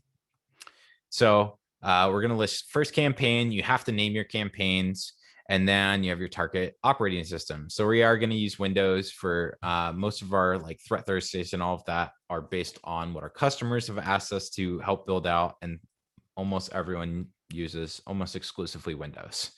So we are looking at continuing to expand our Mac and Linux clients, but that's why, at least for this environment, we're focusing on the Windows. So we do have the ability to restrict campaigns. This is something, as red teamers, you sometimes are going to negotiate and scope your engagement at the very beginning. We're advocates of adversary emulation and sort of that controlled purple teaming. But some red teams can also use this tool to do their own testing. And so you can either restrict it to a specific device or restrict it to a domain. We're not going to put any restrictions in. And then we'll go down and we see start and end date. We have a couple different communications modules here. I'm going to stick with HTTPS, partially because that's what the instructions say, but you can see a couple of the other communications modules that are available. To show you how easy it is to change some of the parameters. So the CP is the platform address. So as you can see, it matches up in our browser. Secure is true, which is for HTTP. It's sort of by default, our HTTPS is there by default. And then we're going to change the heartbeat, and we're going to put it at 10 seconds. So you can literally just click the parameter you want to change, and then it highlights what can change in there. For anybody that's used things like Cobalt Strike before, other command and control tools, there's the jitter that will randomize the callback. So that's something that to help evade network detections, or to help people build detections that are not just around, a repeatable callback. So we've got a couple other things you can see here. We do a lot of work with enterprise customers, and that's why we have very explicit proxy settings for people that want to use those. And so for here, I believe we are going to ensure for the capabilities modules. You get a better view on the next page, but this is sort of what it's going to build it initially with. And so I think these are all that we need. And then we have our signature avoidance. This is to make sure that people aren't going to build a detection just on a single string or a single comp. Or if you are trying to test detections based on, I know there's some malware that has very specific date and times, although I think a lot of them do timestamp and sort of change things anyway. But this is, you can either randomize it or you can type your own. So this is, again, just for, makes it more difficult to fingerprint the SCYTHE payload just by doing a single string. So once you hit next, we are on the fun page. So you'll have to scroll up and you'll see we're on the automate campaign page. So if you were to click next from here, this start and finish will give you just a shell that you can work on and work from. And so what we're going to do, though, is we are going to load some modules. So all the modules are basically all the different capabilities that you can give your synthetic malware. So we are going to do ARP, we're going to do print screen, and we're going to do run.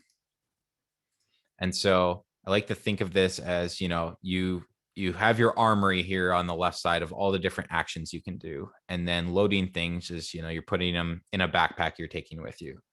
And so you're not using them yet, but you have them.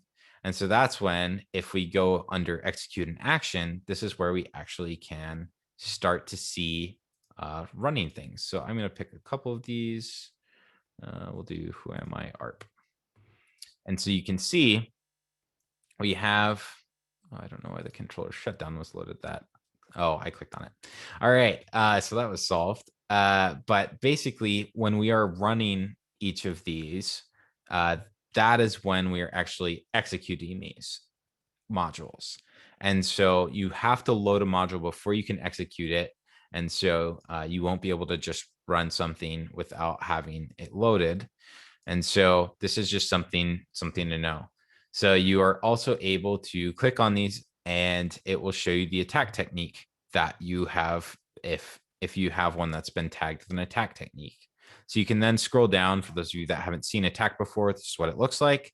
And you can see all of the different things that use this specific technique.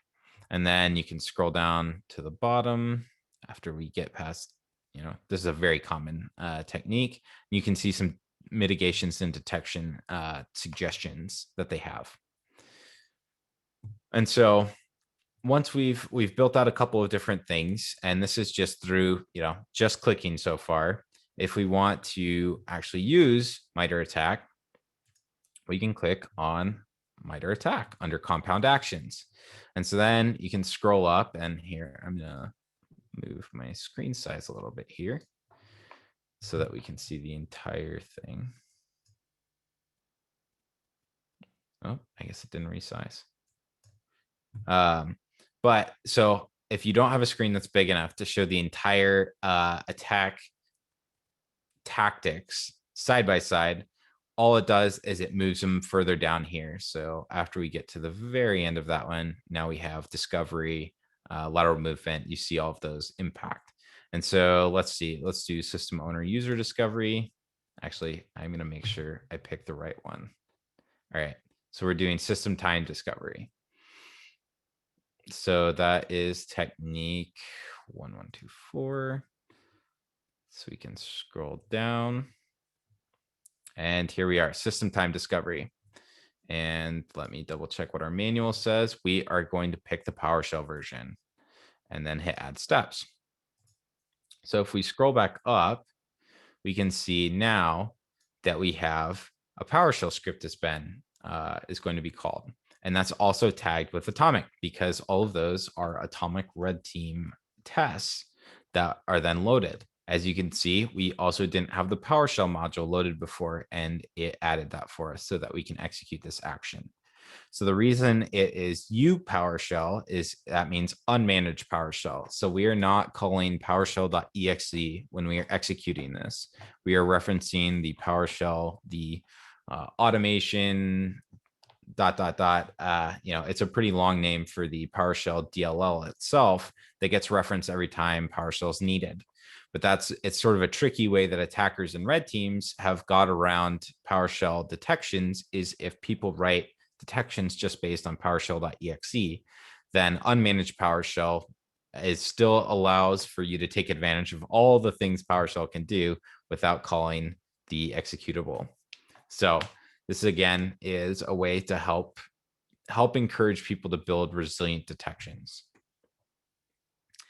So once we are done, we are going to save the steps as a threat, and we'll call this first threat. I'm going to click save. We'll get a nice little message that it's been successfully created. And then we come down, we hit next. So I saw there might have been a few questions about like assumed breach and what that meant. So I'll hit start campaign so we can start jumping into that. So when we are talking about assumed breach, this is the part that that really takes advantage of that.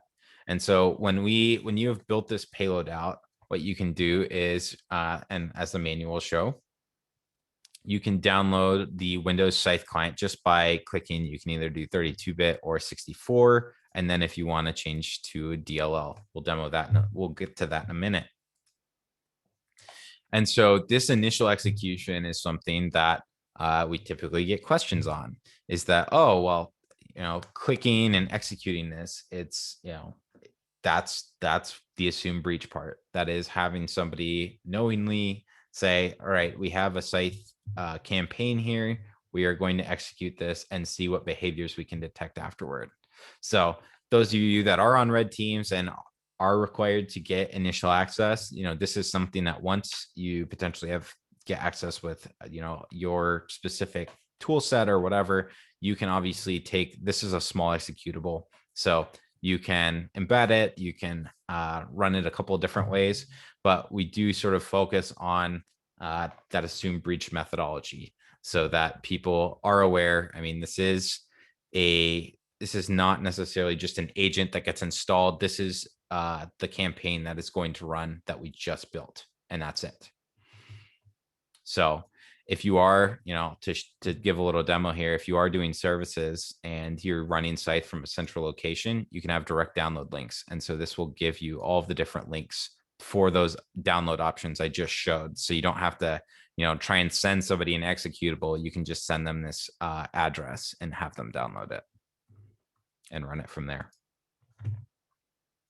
So once we've downloaded it, we are going to execute it.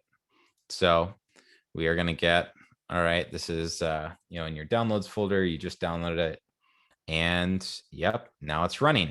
And so now we can see we have my device host name, the process ID. So for instance, again, purple teaming, this is the process ID is then what I would give the blue team, the hunt team, because unless asking them to try and identify a malicious executable in their environment and, hey, it's been executed somewhere, maybe on a specific host, we normally just give the process ID and say, all right, what can you see knowing that? Try and take a few shortcuts to try and speed up to get to that, logging, detection, engineering that we're trying to do with purple teaming. So now that it's running, we can click on this device and we can see, we can watch it build out. So it's calling back, and as you can see, it's in real time. We get to see exactly what's happening. And so we've got a couple different report formats. And so I'll let this run for a minute, just so you can see it continue to run. And so you have this breakdown here of, all right, did this succeed? If you're running a certain command and it doesn't get the response it was expecting, maybe you don't have privileges, something like that, for instance, to run Mimikatz, then you would maybe see status failed. And so we're going to go ahead and move to reports. It's its own separate dedicated tab because we know how important reports are. And so we've got a couple different things. We have CSV and HTML. So I'll go ahead and click on HTML to sort of show you what it looks like. And so this gives like, what is the module that was called? What is the timestamp? What was this run on? What was the process ID? Things like that. And so this is all the information you could ever need about this in a, I'll say semi-presentable format.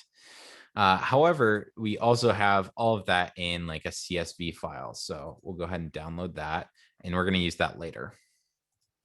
So the CSV file contains all of those things. That's essentially, this is all the information that gets shipped over to Splunk or syslog if you've integrated it with a SIEM. And so this is where, we get down to some of the reporting stuff as well. So obviously, if you've got all this stuff integrated, that's great. Maybe you have your own report templates and things like that. But we also have other, templates that you can copy and paste. If you're a red team, for instance, that has, you hate report writing. Well, we tried to help you out a little bit with creating, here is a summary and you can copy and paste all of this. And so this is good. It contains that high level. I mentioned that most of what we're doing is at the very end of the cyber kill chain, and that's the actions on objectives. And so we're able to execute everything. there was nothing was blocked. And so that's where we have all of the actions taken. We have the amount of command and control traffic. So obviously this number, it's pretty small overall, but for instance, if you are trying to practice whether or not you as an organization can detect exfiltration of large amounts of data, this number might speak very clearly to whether or not someone was able to exfil 10 gigs of data and not be detected or caught. So are all things that you can show in Scythe. And then we are going to go over some of our inbuilt MITRE attack. So we have in Scythe our own MITRE attack summary. It has the campaign name. Each of these red filled techniques is what was executed successfully. And so you can see a bunch of discovery. And if we go down to the end here, we do have a legend that has whether or not something was failed or succeeded. So we like to at least think that most of the time things failed. They failed deliberately because they were blocked or caught, something like that. Sometimes that's not the case, but it's a nice blue to sort of go with it. For those of you that are using other things like the Attack Navigator tool that MITRE's released, we do have the option to download the Attack Navigator JSON, so you can do comparisons, for instance, all in that. And that works, of course, outside of Scythe. And then for people that use their NIST 800-53 controls mappings, we also have mapped to that. So when you're doing your controls testing and verification, you can do a really nice map. MITRE released that a couple months ago. And so we integrated that into our tool. So we click the CSV, and as this step here sort of tells us that we are going to be using it in vector later. That was the screenshot I showed before. It's pretty cool. So Wireshark Detection, this is something that is meant to sort of showcase the communication between the client and the Scythe server. So I'm going to jump over this just because I want you all to get some time into the lab. And if you haven't seen Wireshark before, it's pretty cool, but it's also pretty straightforward to jump in and use it. So I'm going to skip over this part and start moving into our cyber threat intelligence. So Orange Worm. So this is something, so if we click on the link here, we'll see that Orange Worm has 2 techniques used.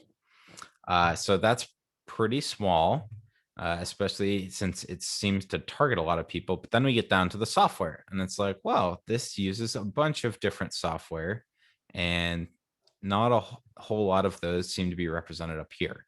So that is something that it sometimes, the MITRE team does a great job, but there's a ton of analysis out there. I mean, way too much for any one team to try and sift through. And that's why they also rely on some community contributions and things like that.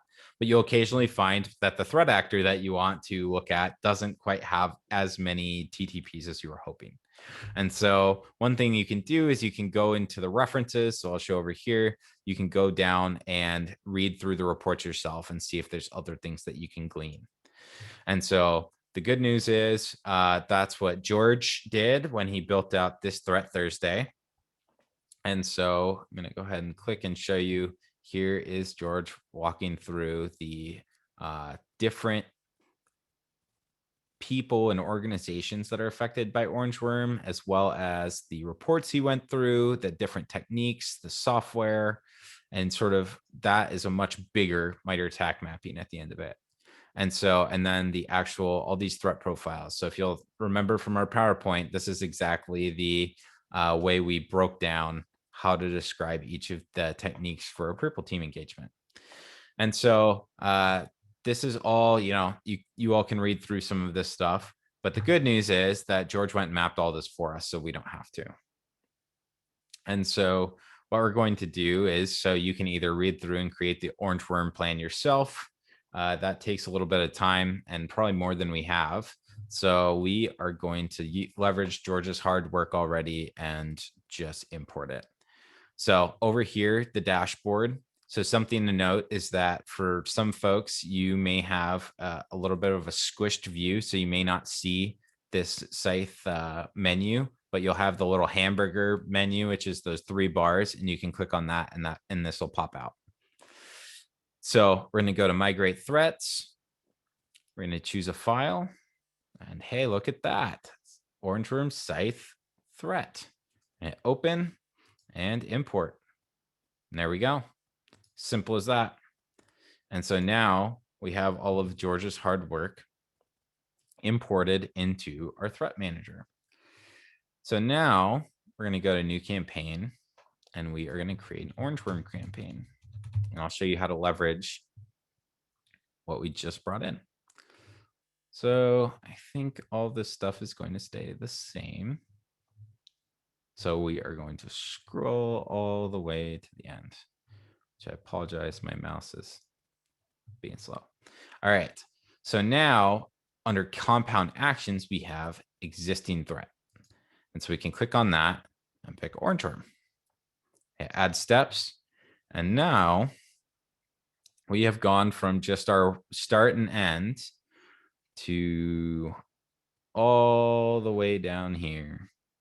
We have now 31 different steps that are all run and imported in. One cool thing I like to show that SCYTHE can do, this is for your own test and emulation plans, so you can drag these and drop these and move them around. So just I encourage you all to continue to play around with this because it is a really cool tool. So I'm lucky I get to use it every day.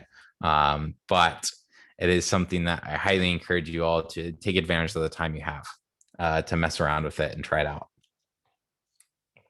So once we've added all those steps, we're going to hit next. We are going to hit start campaign. And then this time we are going to download the DLL. So highly recommend you copy and paste this or copy this entry point function name right now because we're going to need it in a minute. So no one likes you downloading DLLs because most normal users don't do that. But we're going to keep it anyway. All right. So now that we've downloaded it, we're going to open the command prompt. We are going to see where we are. We're going to go into downloads. And so I highly encourage you all to use the nice built-in tab complete for some of this stuff. So when available. So we're going to type in run32.exe. We are going to tab through until we find our DLL. Orange worm SCYTHE client 32.dll. And then this is where no space after the comma. That is very important. It will not run if you add a space. And then right click and hey, look at that. We have the exact thing. So the service login.dll, this is if you were to rename the orange worm SCYTHE client. So I didn't rename it. I kept it as what it is downloaded. So obviously orange worm SCYTHE client is probably going to look pretty malicious on a SOC alert system. So where service login is going to require people to do some more investigative process. So that's just something to keep in mind. And so this is from here, we're going to execute it. And we will go back and see. Nothing's called in yet, probably because my enter didn't actually work. Let's see. Sorry. There we go. Sometimes it doesn't register for me for some reason. All right. So now we see the little spinning wheel. That means, you know, SCYTHE is working. Good things are happening for our purple team exercise, maybe not so much for whether or not we're detecting this. And so same as before, we can go in here and see as things are running, what's going to happen. And so we are then going to go and do some detection and looking through things with Sysmon. So this is going to take a little while to run. I mean, it's calling back every couple seconds, 5 seconds, and it is running all of these commands. And so some of them are going to take a little while. And so you can do the math, you know, 5 times 30 It's going to take at least 2 to 3 minutes.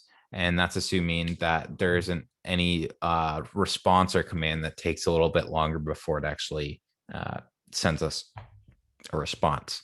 So I'm going to let this run. And so the next part of this is building out the Sysmon and sort of installing Sysmon and checking out Sysmon.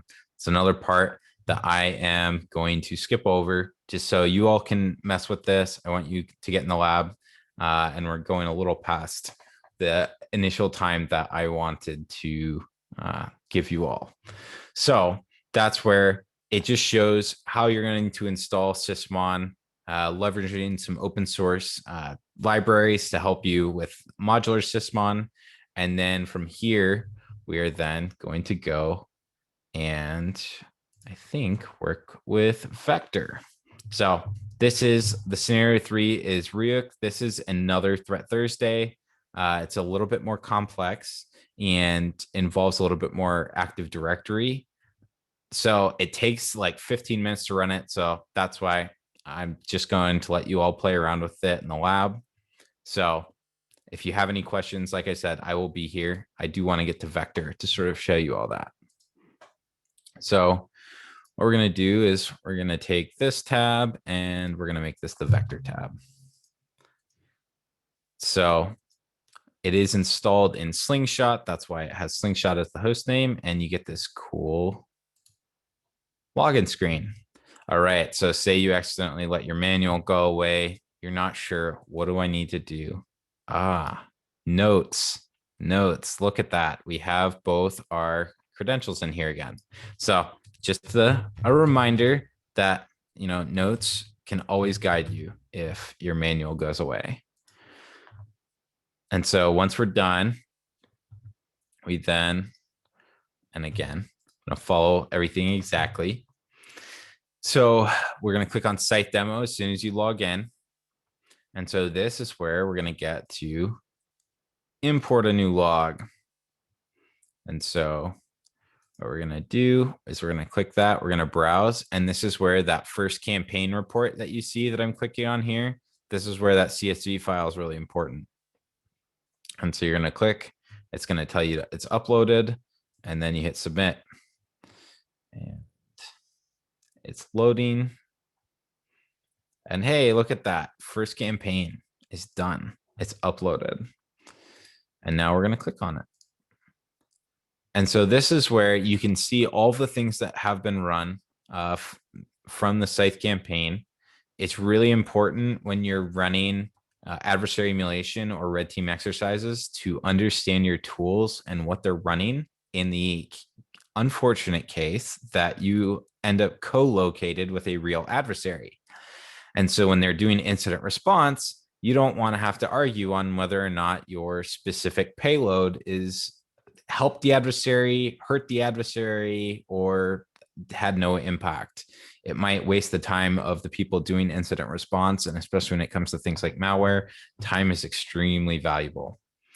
And so that's where understanding, and that's where having, frankly, an enterprise tool like SCYTHE to help map all of this out so you can see it here in Vector is really important. So we can go down and we can see each of the TTPs that have been run. So you can see which phase, whether it was collection, discovery. So this is the tactic. Then we have our techniques. And then our test case is our procedures. And so completed just means it's been run. And then this is outcome is where you as the blue team need to fill those things in. So you can click it on each of these. You can say whether it was blocked or it was detected. I mentioned before in my presentation, you could put not detected, but yes, it was logged. And so let's put, Sysmon. So this is where you can say, all right, Sysmon, we need a description. Let's say capture window screen. And so this is where you can move between each new one and choose block, detected, not detected. And so you all have Sysmon installed in the systems. So I'd encourage you to play around with this as much as you can, and you'll see, all right, this was not detected. And so let's go ahead and put one was blocked, an alert was triggered, save. Oh, And from there, now we have when was blocked. I mentioned that reporting before. You can see as soon as this loads, you can see our nice little pie chart. What was okay? We had something that was blocked, not detected, and then we have some that just to be determined. So you might recognize that pie chart, in fact, from our first few slides. So overall, this is, I mentioned before, we have the C2 Matrix edition that you all can play with. And then at the very end, you can download under resources. It'll have your CPE PDF download so that you can let your management team or anyone else know that you did attend this and you went through the lab. So with that, I think we are done. I will, give this time to shout out to a couple of our Twitter accounts. I don't know who, however many of you all registered through Twitter versus other resources, but we like to run these Purple Team workshops at least once a month, oftentimes more. So this is the second one I've run this month. So if you're interested in following SCYTHE to understand, when we have software updates, what are some of the other things we're giving back to the community? That is, I'll pull up our Twitter account. We are SCYTHE_IO. And so, yes, if you are enjoying the Purple Team workshop or have any feedback or anything, let us know. Like I said, I'm going to be here for at least the next hour to make sure, I can answer any questions. I know something that we often get is people are asked about pricing.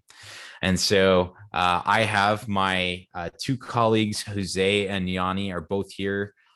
I have not come from I worked in, I guess, what would be called pseudo government. So I didn't have to deal with sales much. I did not realize that it's more than just, okay, this specific thing. So all that to say, they are our sales experts. And so if you're curious, you can send a chat to the group. And they would be happy to contact you and talk to you about it. And so we can sort of figure out what makes a good fit for your organization. And so I just will throw that out there. That's something that a question we've always got. And let's see, with that, I think I am done with the overall walkthrough and everything. I will still be around, but I'm not going to continue to, talk your ears off unless there is Q&A. So typically what I'll do is I'll pop in and answer questions that I think the broader group would benefit from hearing. And besides that, I will go on mute. So thanks everyone for coming today. Hope you enjoyed our sort of lecture and walk through the lab. So spend some time in it and let us know what you think. So take any feedback you have. If there's content you'd like to see in the future, or if there's something that we could have done in order to make this resonate more with you or more relevant to your area, please feel free to share. So thanks so much.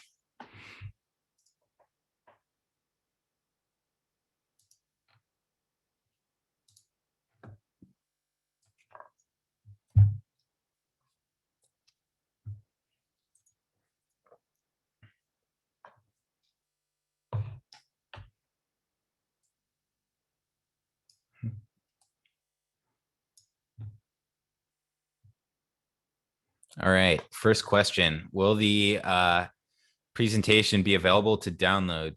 Yes. Yes, it will be. So I think we released it over Twitter last time, just the link to it. So if you're already following us on Twitter, I'd say just check that out. And that's typically, I think, how we've hosted it. I don't remember the specific website. Oh, there we go. George just posted it in the Slack or the chat. So check it out. And that way, if you can take it back, leverage anything you need.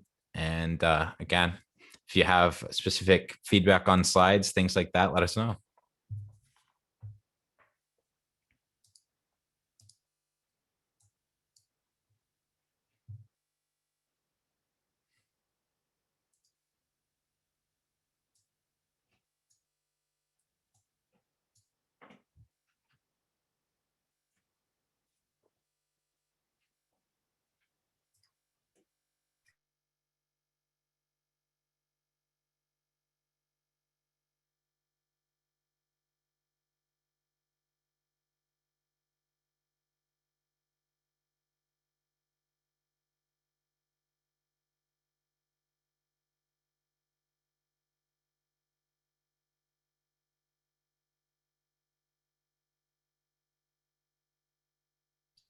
So we got another question that talked about when do you start to do purple team exercises? So this is a good question. And, the thought being that for not mature environments that it might not be as effective. Um, I would, I would say I disagree with that to some extent. But it's how you would approach the purple teaming. It's if trying to do a massive adversary or something like that in an environment that's not prepared is, yes, that is not absolutely not going to be a good choice. It's not going to be a effective means of helping that organization build. And so that's where the nice thing about you have like Atomic Red Team as a project and leveraging some of those really specific TTPs, like picking one or two of those. And so the purple team exercise in that case would be like 2 hours, right? Or it may be several hours, but you would only be executing a very small amount of techniques because you have to build people up. So I will give a little bit of a preview. So I'm actually giving a talk at the SANS Purple Team Conference on a Purple Team maturity model to sort of help address that, because there are different stages of expertise within purple teaming, I believe. And most blue teams, red teams all have and hunt teams, things like that, have a model of how do we know where we are from a maturity level? What is the capability of the red team? Are they able to create their own custom TTPs, things like that? And so what does that look like for purple teaming? And so I am going to try and answer that question. It's more than just a, conversation that we can have here, because there is a lot of nuance to it. And how do you sort of start from scratch building a purple team?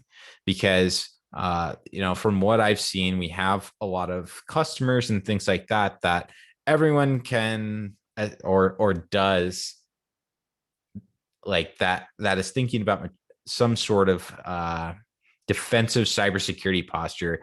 They care about having a SOC. They care about having defenders. You have no organization I've ever run to has just red team, like unless they are red team services. But for the most part, everyone has at least like they have a blue team, they have defenders. And so their question to us is, how do we breach into that offensive space? How do we, hiring red teamers is hard. We don't have the expertise to understand what we need from a red team. Or we've hired red teams before. They come and they are able to get in. We can't detect anything they do. And we just, at the end of the day, feel like we can't do anything. We're sort of, it makes us question, what are we even, focusing our time on during the years? And so this is where the purple team mindset is the most important thing to bring to environments where it's not as mature, or a team that is growing and building up, because you need a team that's going to think like attackers necessarily. You don't necessarily need a person that is a red teamer from a like position or like outlined as, oh, this is our red teamer. And so that's where bringing that mindset is really important, but you're not always going to get that. So it's going to like always depend on, your mileage may vary. Some organizations, maybe everything you try, it's not going to work. But at the end of the day, if the communication is going to, be something that you can't solve, then I would say that it doesn't really matter what the solution is, purple teaming, red teaming, etc. You're not going to be able to build the capability as you would hope. So I hope that's a good answer to the question, or at least has answered it adequately. So we have a question about let's see. Shellcode generation for Scythe launcher, which can be embedded in custom projects. This is another one, a question we get a lot. So we do have like a stage 1 Scythe loader that you can, like, we purposely built it for organizations that want to sign the Scythe payload, so that they can on their network make sure that when they are running tests, that it isn't going to kick off the incident response alarms unless they want to. So that's what we've primarily built that for. You could do some extensions of Scythe does have modules that you can develop. So we do have, let me resume share here. So we have the Scythe marketplace. This is where people can build their own extensions, things like that. You'll see we've got a couple of different things. But as far as having the actual shellcode, we don't have that available right now. So you're not necessarily going to, we've had people that use us alongside like things like Cobalt Strike and use Cobalt Strike for some of that, initial red team access, because it was a team that is required to get initial access. And then once they had access, they then ran the Scythe executable with Cobalt Strike. So we don't have something that enables some of that process injection like right away, but you can do it after you have executed, and you can build out, for instance, in Scythe, you can build out a module that would do that. So I know that's not a like, maybe not quite as satisfying an answer as you were hoping, but that's sort of where we're at.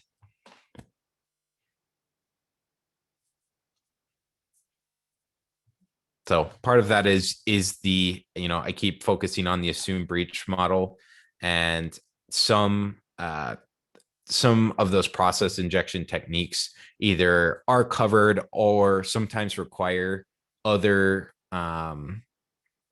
processes, like an elevated process, high integrity process to be spawned.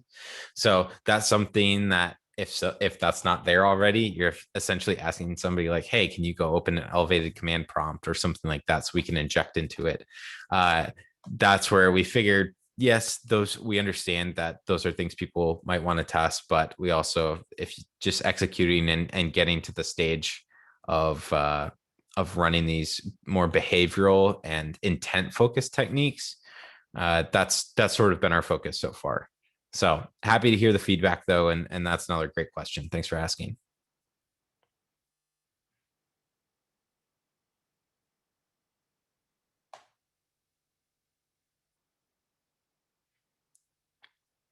So there is a question about a specific event ID that was fired. I'll be honest, I don't know if as we have a couple other things running in the network, they also could be generating specific like traffic, and they could be doing things in the background that cause additional things to run. So I don't have a good answer to that. So not off the top of my head, at least, without some investigation and effort. So I will take this down and try, and if you follow up, send me an email or something afterward. Maybe we can try and dive into it. But I'm gonna kick this answer, at least for now.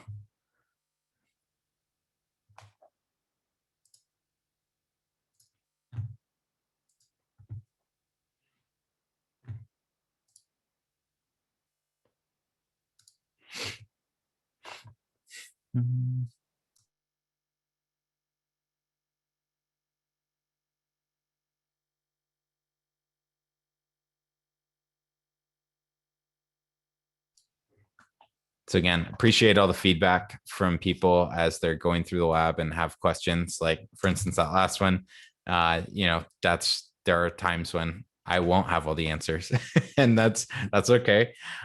So I did take your question down to see and maybe dive into later. So just wanted to thank everyone that is actively trying things out. And as you have questions, please continue to ask.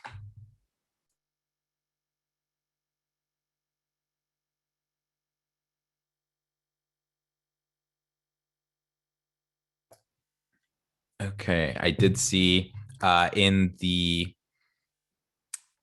chat, we had a question that is Scythe's technique coverage public?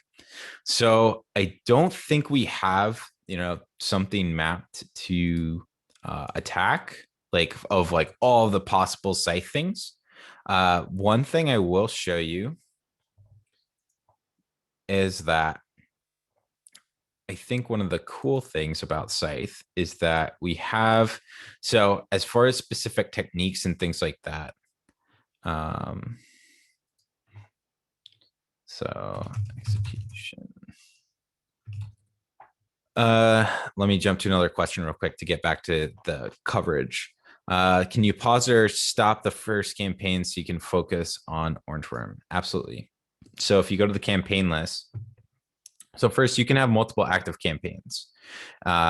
If you click on a campaign, basically when, and then you can click on this. So basically, if you don't do controller shutdown, so the controller is what's talking to, it will leave the shell open. And this allows you, even after everything's been automated and has executed, you can still pull up a shell and you can type in commands here. So you can type help if you want, and it gives you all the modules that have been loaded, things like that. And you can run any of those commands that we automated and put through. You can run any of them here just manually, which sometimes, I'll be honest, we do for purple team engagements, because sometimes the automation is frankly too quick, and the SOC that we're working with wants like really deliberate timestamps, and they want, even though we provide some of that, they want a clear separation between execution of procedures.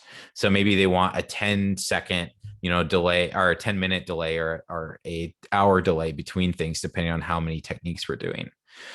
But what you can do, and so I was just showing this, you can go to more actions here on your campaign, and then you can hit, or you can terminate your campaign.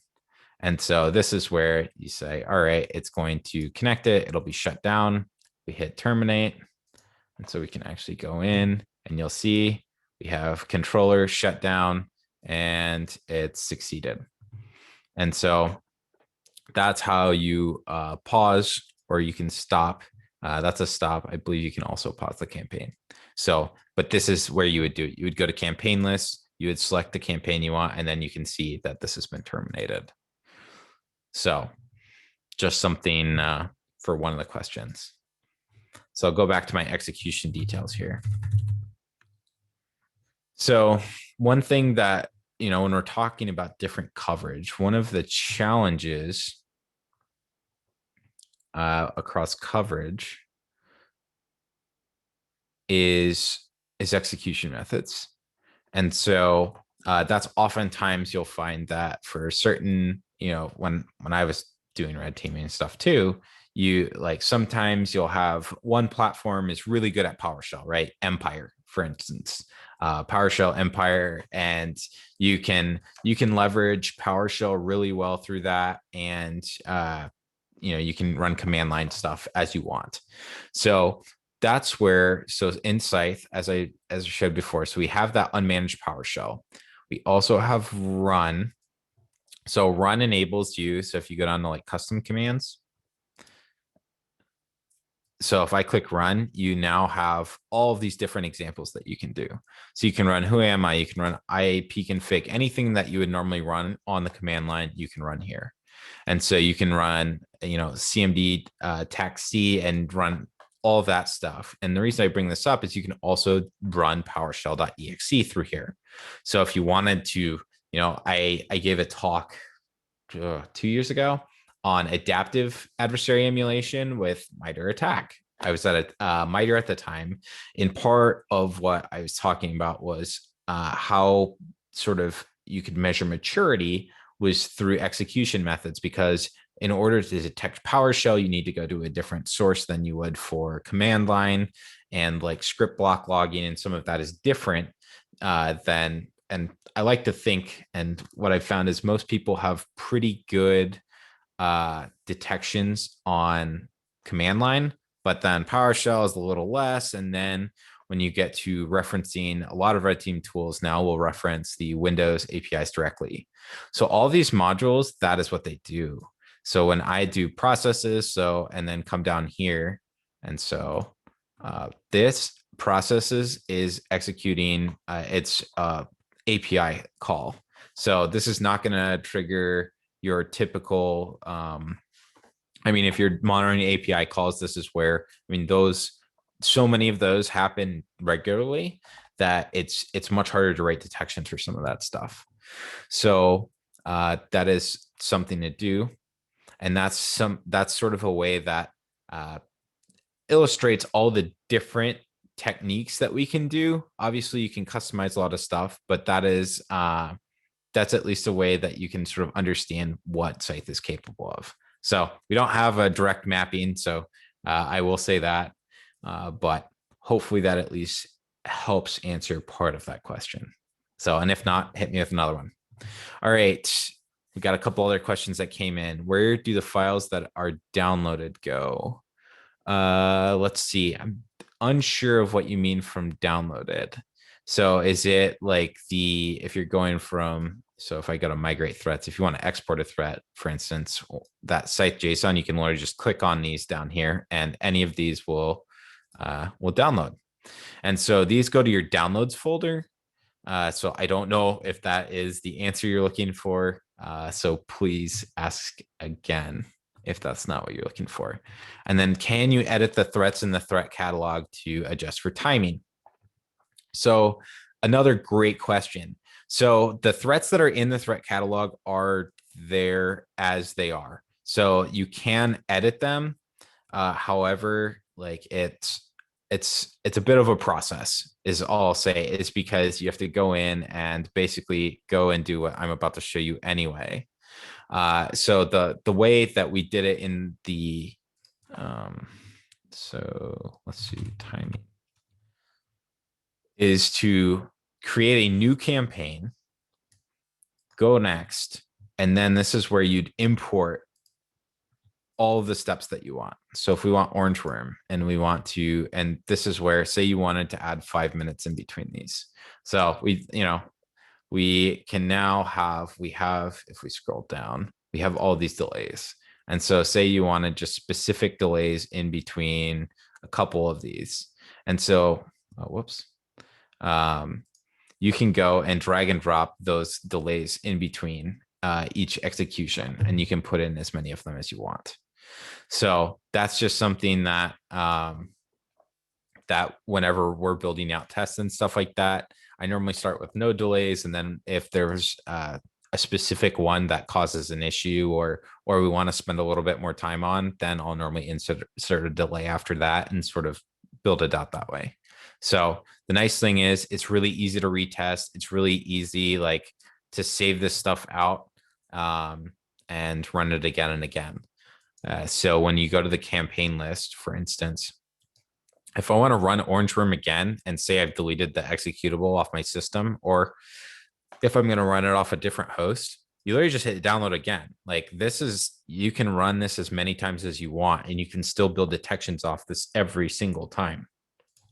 So it'll, have a different process ID. It'll run things, so that's where at least you'll have some of that if you're in a SOC, for instance, you can literally run these campaigns over and over again until you've got it all fine tuned. So I think that is client files downloaded are copied. So I don't know if so try and answer your question again. So basically you'll see, so for a couple of if we go to, let's go to threat catalog and let's go to Ryuk. Somebody's asking about that. And so we can hit 2 questions here. So the downloader we have is this is something that we have a virtual file system. So for instance, if you have your own PowerShell scripts or your own scripts, things like that, in this example, and in one of our like Maze, another ransomware example, they like to, change the background and, you've been pawned. Here's how you buy Bitcoin to, unlock your system. And so that kind of stuff we all store in the virtual file system, which I'll show you afterward.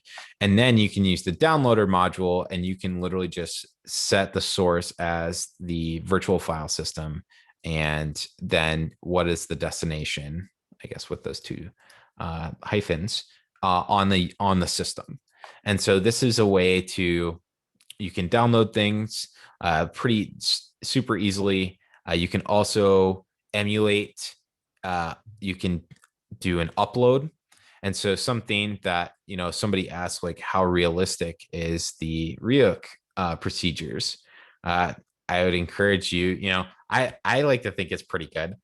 George built it out. I mean, you can see it's got a lot of things here. There's always going to be specific procedures that are either difficult to emulate. One thing I'll point out is like web shells. So I did a Threat Thursday last month where it was menu pass, and so I talked to one of the folks from MITRE, and that was part of what we discussed, is like, what are some of the challenges when you're building these threat emulation plans? And so like web shells are challenging, not because necessarily the concept is hard, but when you're trying to build out an emulation plan, we're trying to build these out in a safe way. And so I'll give an example down here. So we create a target directory, and then we create a random file. So this is another thing you can do with Scythe. You can literally create a junk file. And why would you do this? Well, if you want to emulate ransomware without actually locking somebody's computer up, because part of the challenge here is making sure that you are emulating those behaviors. And so part of that is making sure you are triggering the same types of event logs, right? A creation of a file is going to be something that, for instance, if they're going to then, put a file that's going to be a README on how to unlock things, you can do this type of stuff. And so when we create like a scheduled task, that's another one. I don't remember if it's in this plan. Yeah. So the creation is earlier up in the plan, but we create a benign task that even if it was left on the system for any reason, it is not going to increase your attack surface because it's not going to do anything. And so that's the part where we are not making this so that, the Scythe executable is going to run every time or something like that. It's something that is super benign so that it is still generating, the logging that you have in place. So it's going to, say, all right, a new scheduled task was created, it was queried, it executed. And then the nice thing is when we're cleaning up is it also emulates when adversaries are trying to hide what they're doing. And so it basically, all of these things, even though the scheduled task is not going to do anything malicious, it still helps you tune as you would against real threats that are using these behaviors. And you can continue to run this threat again and again and again without worrying about whether or not, you have to snapshot your VM to an older version, right? If you actually locked up your computer. So that's something, where when we talk about realism, to what level, right? If we're talking of like actually retooling the executable or something like that, then it's no, we don't do that. However, we have, we've looked at the report that George linked in the chat, the DFIR report. And so it is based on that. So that is where that threat intelligence component of adversary emulation is super important, because you get all of the real world, what's actually happening, what techniques are being executed, how they're being executed. And that's where I answered somebody's question before about execution methods. And that's super important when you're trying to emulate things, because if every ransomware runs command line and I, as a red teamer, am using PowerShell for everything, then that's not going to be a good lineup. Now, if we're trying to test whether or not a ransomware variant that started leveraging more PowerShell, now that's at least the advantage you have with Scythe, is I can go and import that plan, this exact same plan, and I can go substitute out specific commands with PowerShell commands instead. So that's where we talk about adaptive emulation, and that gets into a little bit more of the what I'd call like more advanced purple teaming concepts. But overall, we do try and link these things to cyber threat intelligence reports because we do want it to be realistic. We want it to be as close as possible because we want defenders and organizations to be prepared as possible against these things, because when they encounter it in the real world, we're not, we're hoping that, they're not going to be like, oh man, well, if only we had, tested against this, then we would have done better. We want them to be able to do that so that they can say, all right, we're able to detect Ryuk in 30 minutes and it takes 2 hours. So long answers to questions. So I'm a bit of a talker if you can't tell, but great questions. And again, really appreciate everyone that's been at the workshop, been engaging. It's been a really good audience.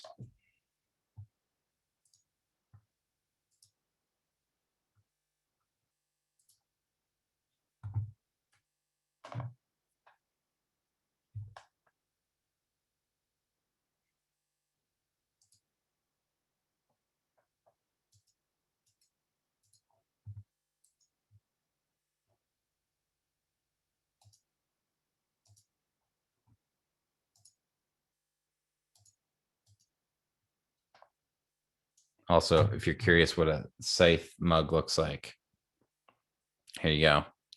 Got, Bryson, a little bit of a sidetrack here. But if you've been following Bryson on Twitter, he's grown out quite the beard. And there's actually a date, I think in 2 weeks, where he is going to shave it for charity. So I encourage you to check it out. We do have, that's the nice thing. I mentioned I am newer to Scythe, but man, at least we have good swag. That's something that, I met George, a year and a half ago, Bryson before that. And Scythe has always had awesome swag. So I gotta give a shout out to our team that sort of put all these together. We got stuff for dogs, we have stuff for babies, we have stuff for people too. So I think Scythe stickers are so awesome. That's why I've got a couple on my laptop. So just want to give a quick shout out to it. And all of the profits and proceeds from here go to saving the chubby unicorns, also known as rhinos. So it's a fun company. And so that's where, again, we really appreciate all the feedback and things that people have given us.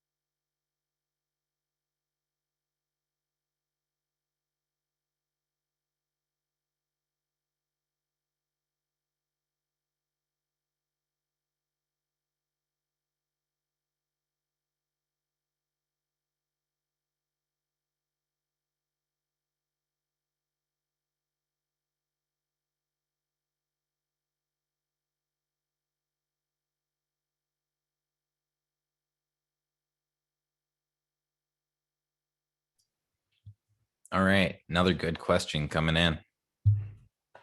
So for a mature organization that has decent detection analytics and a tuned EDR, are there any particular advanced modules of Scythe that are recommended? So this is where, so I'll resume share again. I mean, we have clients, customers that are frankly on the full. We have people that are exactly as you mentioned, people that are very well tuned with their environment. And then we have people that are sort of just starting out and using Scythe to help build that capability. That's where, so I will mention that I did show the marketplace, the sort of our different modules here. And so I think that is going to be sort of the, if you have a large team that is able to do some development, you can create and build your own modules. So we do have, let's see if I can, here we go. Oh, whoops, it switched to another. So this SDK. There we go. All right, popped up for me. So we do have, this is on our GitHub, and we have, it's called Module Buster. And this is the Scythe development and extension toolkit. And so it's got like, this is super long, so I'm not going to scroll all the way through it. But the point being to show you that you all are going to, if you are that tuned and sort of that mature, it's going to hit a point where you are doing your own custom stuff. And so, you know, I would say then that, you know, moving, I mentioned those execution methods, focusing as much as possible on doing the API calling. I would pick, you know, a couple of TTPs and really try and drill down, you know, what are you worried about the most? And maybe you can be more threat agnostic, where most organizations, of course, we recommend starting with specific threats and all of that, because that's sort of the manageable chunk of information to sort of start with is, okay, here are these specific threat actors, here's the tool sets they use, that kind of thing. And so that's where I would say, can you have, you know, detections that are able to leverage only calling techniques through the API or Windows management interface, things like that. Those are all things that you can build out in your campaigns. And so Scythe enables people to do that. And like, for instance, we can show the, you know, for instance, that unmanaged PowerShell, that's another one. Like, it's leveraging those types of things for most of your actions are what I would recommend. I mean, Mimikatz, for instance, there are a bunch of different ways to do this. You know, typically what people do is they'll try and just run Mimikatz as a starter, right? Do you have a high integrity process? And then can you run Mimikatz? But when it gets down to it, some of the, I'll say, advanced ways or different ways of is not loading Mimikatz onto the box at all. Can you dump the LSAS process memory and then exfil that? Because then, and then you can run Mimikatz against it offline. So those are some of the things that we try and make. Scythe is very modular. I mean, that's why these are literally called modules. As you can build your own. That's where, you know, also talking about the command and control modules. You know, HTTPS is something that is super common. Something I didn't highlight before is the Python 3 runtime. So this will load Python 3 into memory on any operating system that we support. So Windows, Mac, and Linux. So any Python scripts you have, stuff like that, this is where, you know, it becomes as much as you want to customize it, you can. So that's where I'd recommend leveraging as many of these modules as possible, like the services, the sysinfo. Like if you can leverage some of these, I'll say sort of natively, these are going to be tougher to detect. And so another thing would be, you know, most organizations, maybe you have when it comes to tuning your analytics and what's running, for instance, if PowerShells run all throughout your environment, Like, how are you going to be able to tell if someone, is executing? Can you like loading encoded PowerShell or something like that? So it's not necessarily a straightforward answer. Besides, leverage a lot of the sort of, I'll say, built-in modules of Scythe, load in the unmanaged PowerShell and try and leverage that. Maybe you have PowerShell blocked, including the DLL or monitored, which would be awesome. In which case that might be where you start going and building your own modules of things that you maybe don't have as strong as detections for. So I'm not going to make any assumptions about your environment or anything like that. If you are working with an organization that is just like they're on top of it, they stay on top of not just, new CTI that comes out, but also red team research and all of that stuff. I mean, you're in a really good spot. And I would say with pretty big confidence that you're probably in like a point something percent of organizations. So, the elite of the elite is what I would probably say. But most of, but I think even for those teams, I mean, Scythe does have the ability for you to build all these things custom. And at that point, I would say part of what you're leveraging with Scythe is not just Scythe as a test, but also a knowledge transition, because you do have the ability for junior people that are coming up to learn what was run in the past, right? They don't have to go and read through a monster report and try and figure out how to replicate those TTPs. They can literally go to the threat catalog, or if you save things as specific threats, or if you're running Scythe in like from a single server, they can go look at old campaigns and see what was run. Because a lot of times for a super mature organization, what I would probably do is I'd jump in here, you run a couple of automated things, run it, come in the shell, and start messing around with stuff. So, another thing that I'll mention, like for me personally, what I would run in some of those organizations is like, I mean, how most people focus on, can we detect things that are happening on Windows and all of that? If I mess with your Sysmon logs, for instance, if I unload Sysmon, or if I load in the Sysmon that I've got off of GitHub, right? Like either modular Sysmon or the Swift on security one, because maybe I know of, a specific way I can execute around some of that stuff. Like that's the kind of things where making sure you're checking the integrity of, who's watching the watchers a little bit. But I know for Sysmon, there are a couple different things that can be enabled for, fine tuning whether or not, your Sysmon, whether your Sysmon configuration has changed. That's things that can be alerted on. The question is, are you? So that's the kind of stuff that, for really advanced groups, I would focus on is like, all right, how good is your defensive infrastructure set up against somebody messing around with it, either trying to bypass Sysmon or disable, if you're using the AMSI anti-malware scanner from Microsoft, right? Most red teamers have a 140 character like bypass for that, whether it's turning it off or block DLLs and some of those new techniques that are coming out that like Cobalt Strike and all of those have built in. That's the kind of stuff that extending Scythe as those new techniques like emerged, I would say capturing all that in would be your best bet. So another long answer. Hopefully that that gave you the information you're hoping for. If not, if you got a different specific use case, ask again.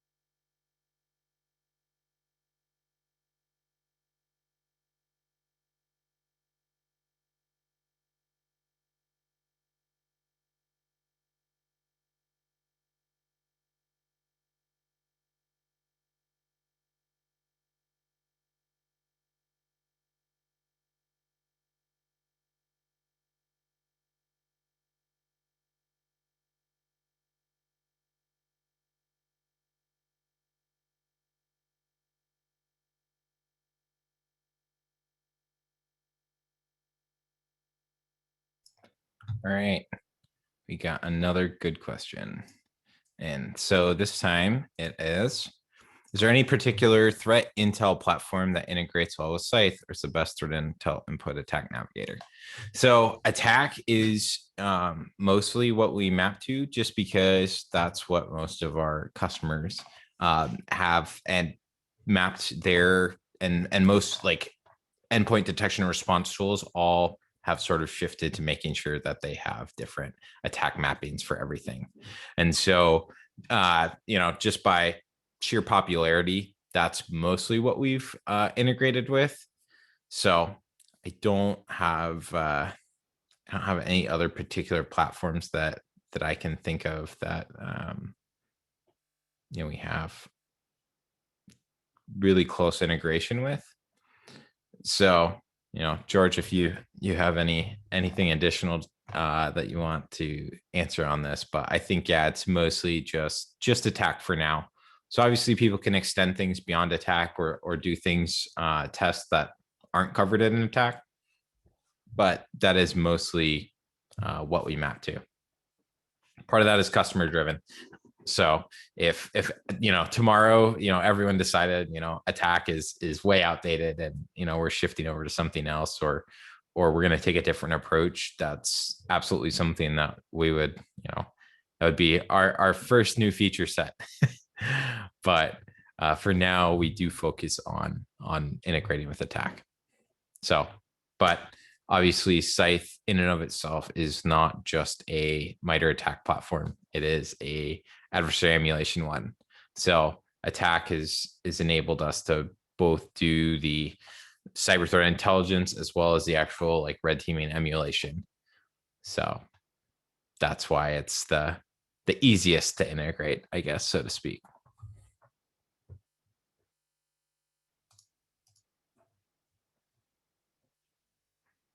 Again, if you have a question and I didn't quite answer it to your liking, hit me with it again. So I promise no offense will be taken, and happy to take another crack at it. So I think we do have about 13 minutes left. So I know some people have been sort of finishing up and send something to us as they duck out, but really, again, want to reinforce our appreciation for everybody here, and basically participating and being an active and engaged participant across these couple hours. So I'll still be here again till 4 my time. So if you have any further questions, things like that, and afterward, if something pops up, feel free, send us messages on Twitter. I mean, George, Bryson, myself, the Scythe Twitter account. So we try and be accessible. So, and overall, if you all are interested in seeing a demo, this is obviously hands-on is one of the best ways to sort of get to see Scythe and experience it. But if this is something that you'd like to also like show your senior management, things like that, let us know. We set those up. Yanni and Jose, two of my colleagues, are happy to help shepherd those things through. So we did get a question, any upcoming Scythe events that we'd recommend, or I'd recommend. So yes, we have Unicon coming up. So for anyone that's not aware, let's see, Unicon. I think it is here we go, April 9th. So let me share my screen again. So great question. I don't know if that was a purposeful lead in, but if it was, I appreciate it. I'll take it. So we do have Unicon. It's Friday, April 9th. So this is, again, this is National Unicorn Day. So of course we have to throw a conference. So you can RSVP here, and you can see our agenda below and sort of see all of the different things that we have and the great talks that we're doing. Dave Kennedy of Trusted Sec is doing our keynote. So we also have some, sys calls, that kind of thing. And this is like overall, it's a really good group of presentations. So we do both the Unicon, and then we also like support, of course, like GrimCon and other things like that. So if you want to stay up to date with everything, I'd really recommend if following us on Twitter. So most of the time it's good security commentary and some good security memes. So but it'll keep you up to date with SCYTHE releases and any different conferences that either we're speaking at or any conferences that we are hosting. So again, thanks for that. Thanks for that lead in. I'll take it. Yeah, good question.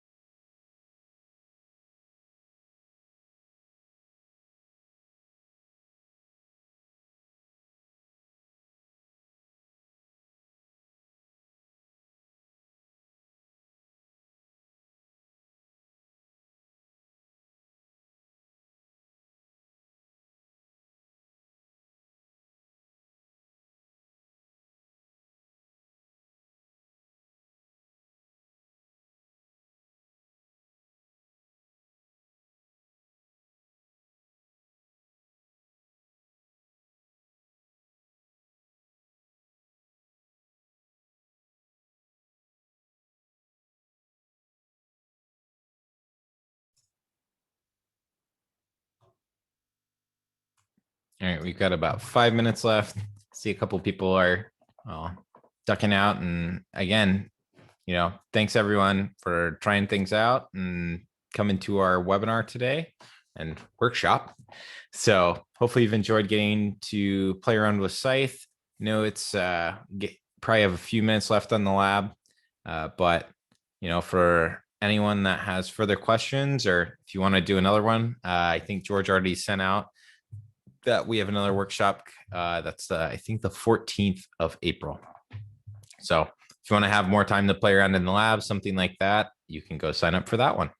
So thanks again, everybody, for coming. I'll sit around for a couple more minutes, but overall, I'm going to sort of mark this as the end.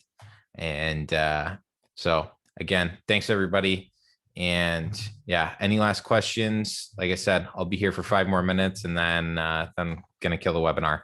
So thanks for coming. Thanks for trying SCYTHE out, and let us know any feedback you have.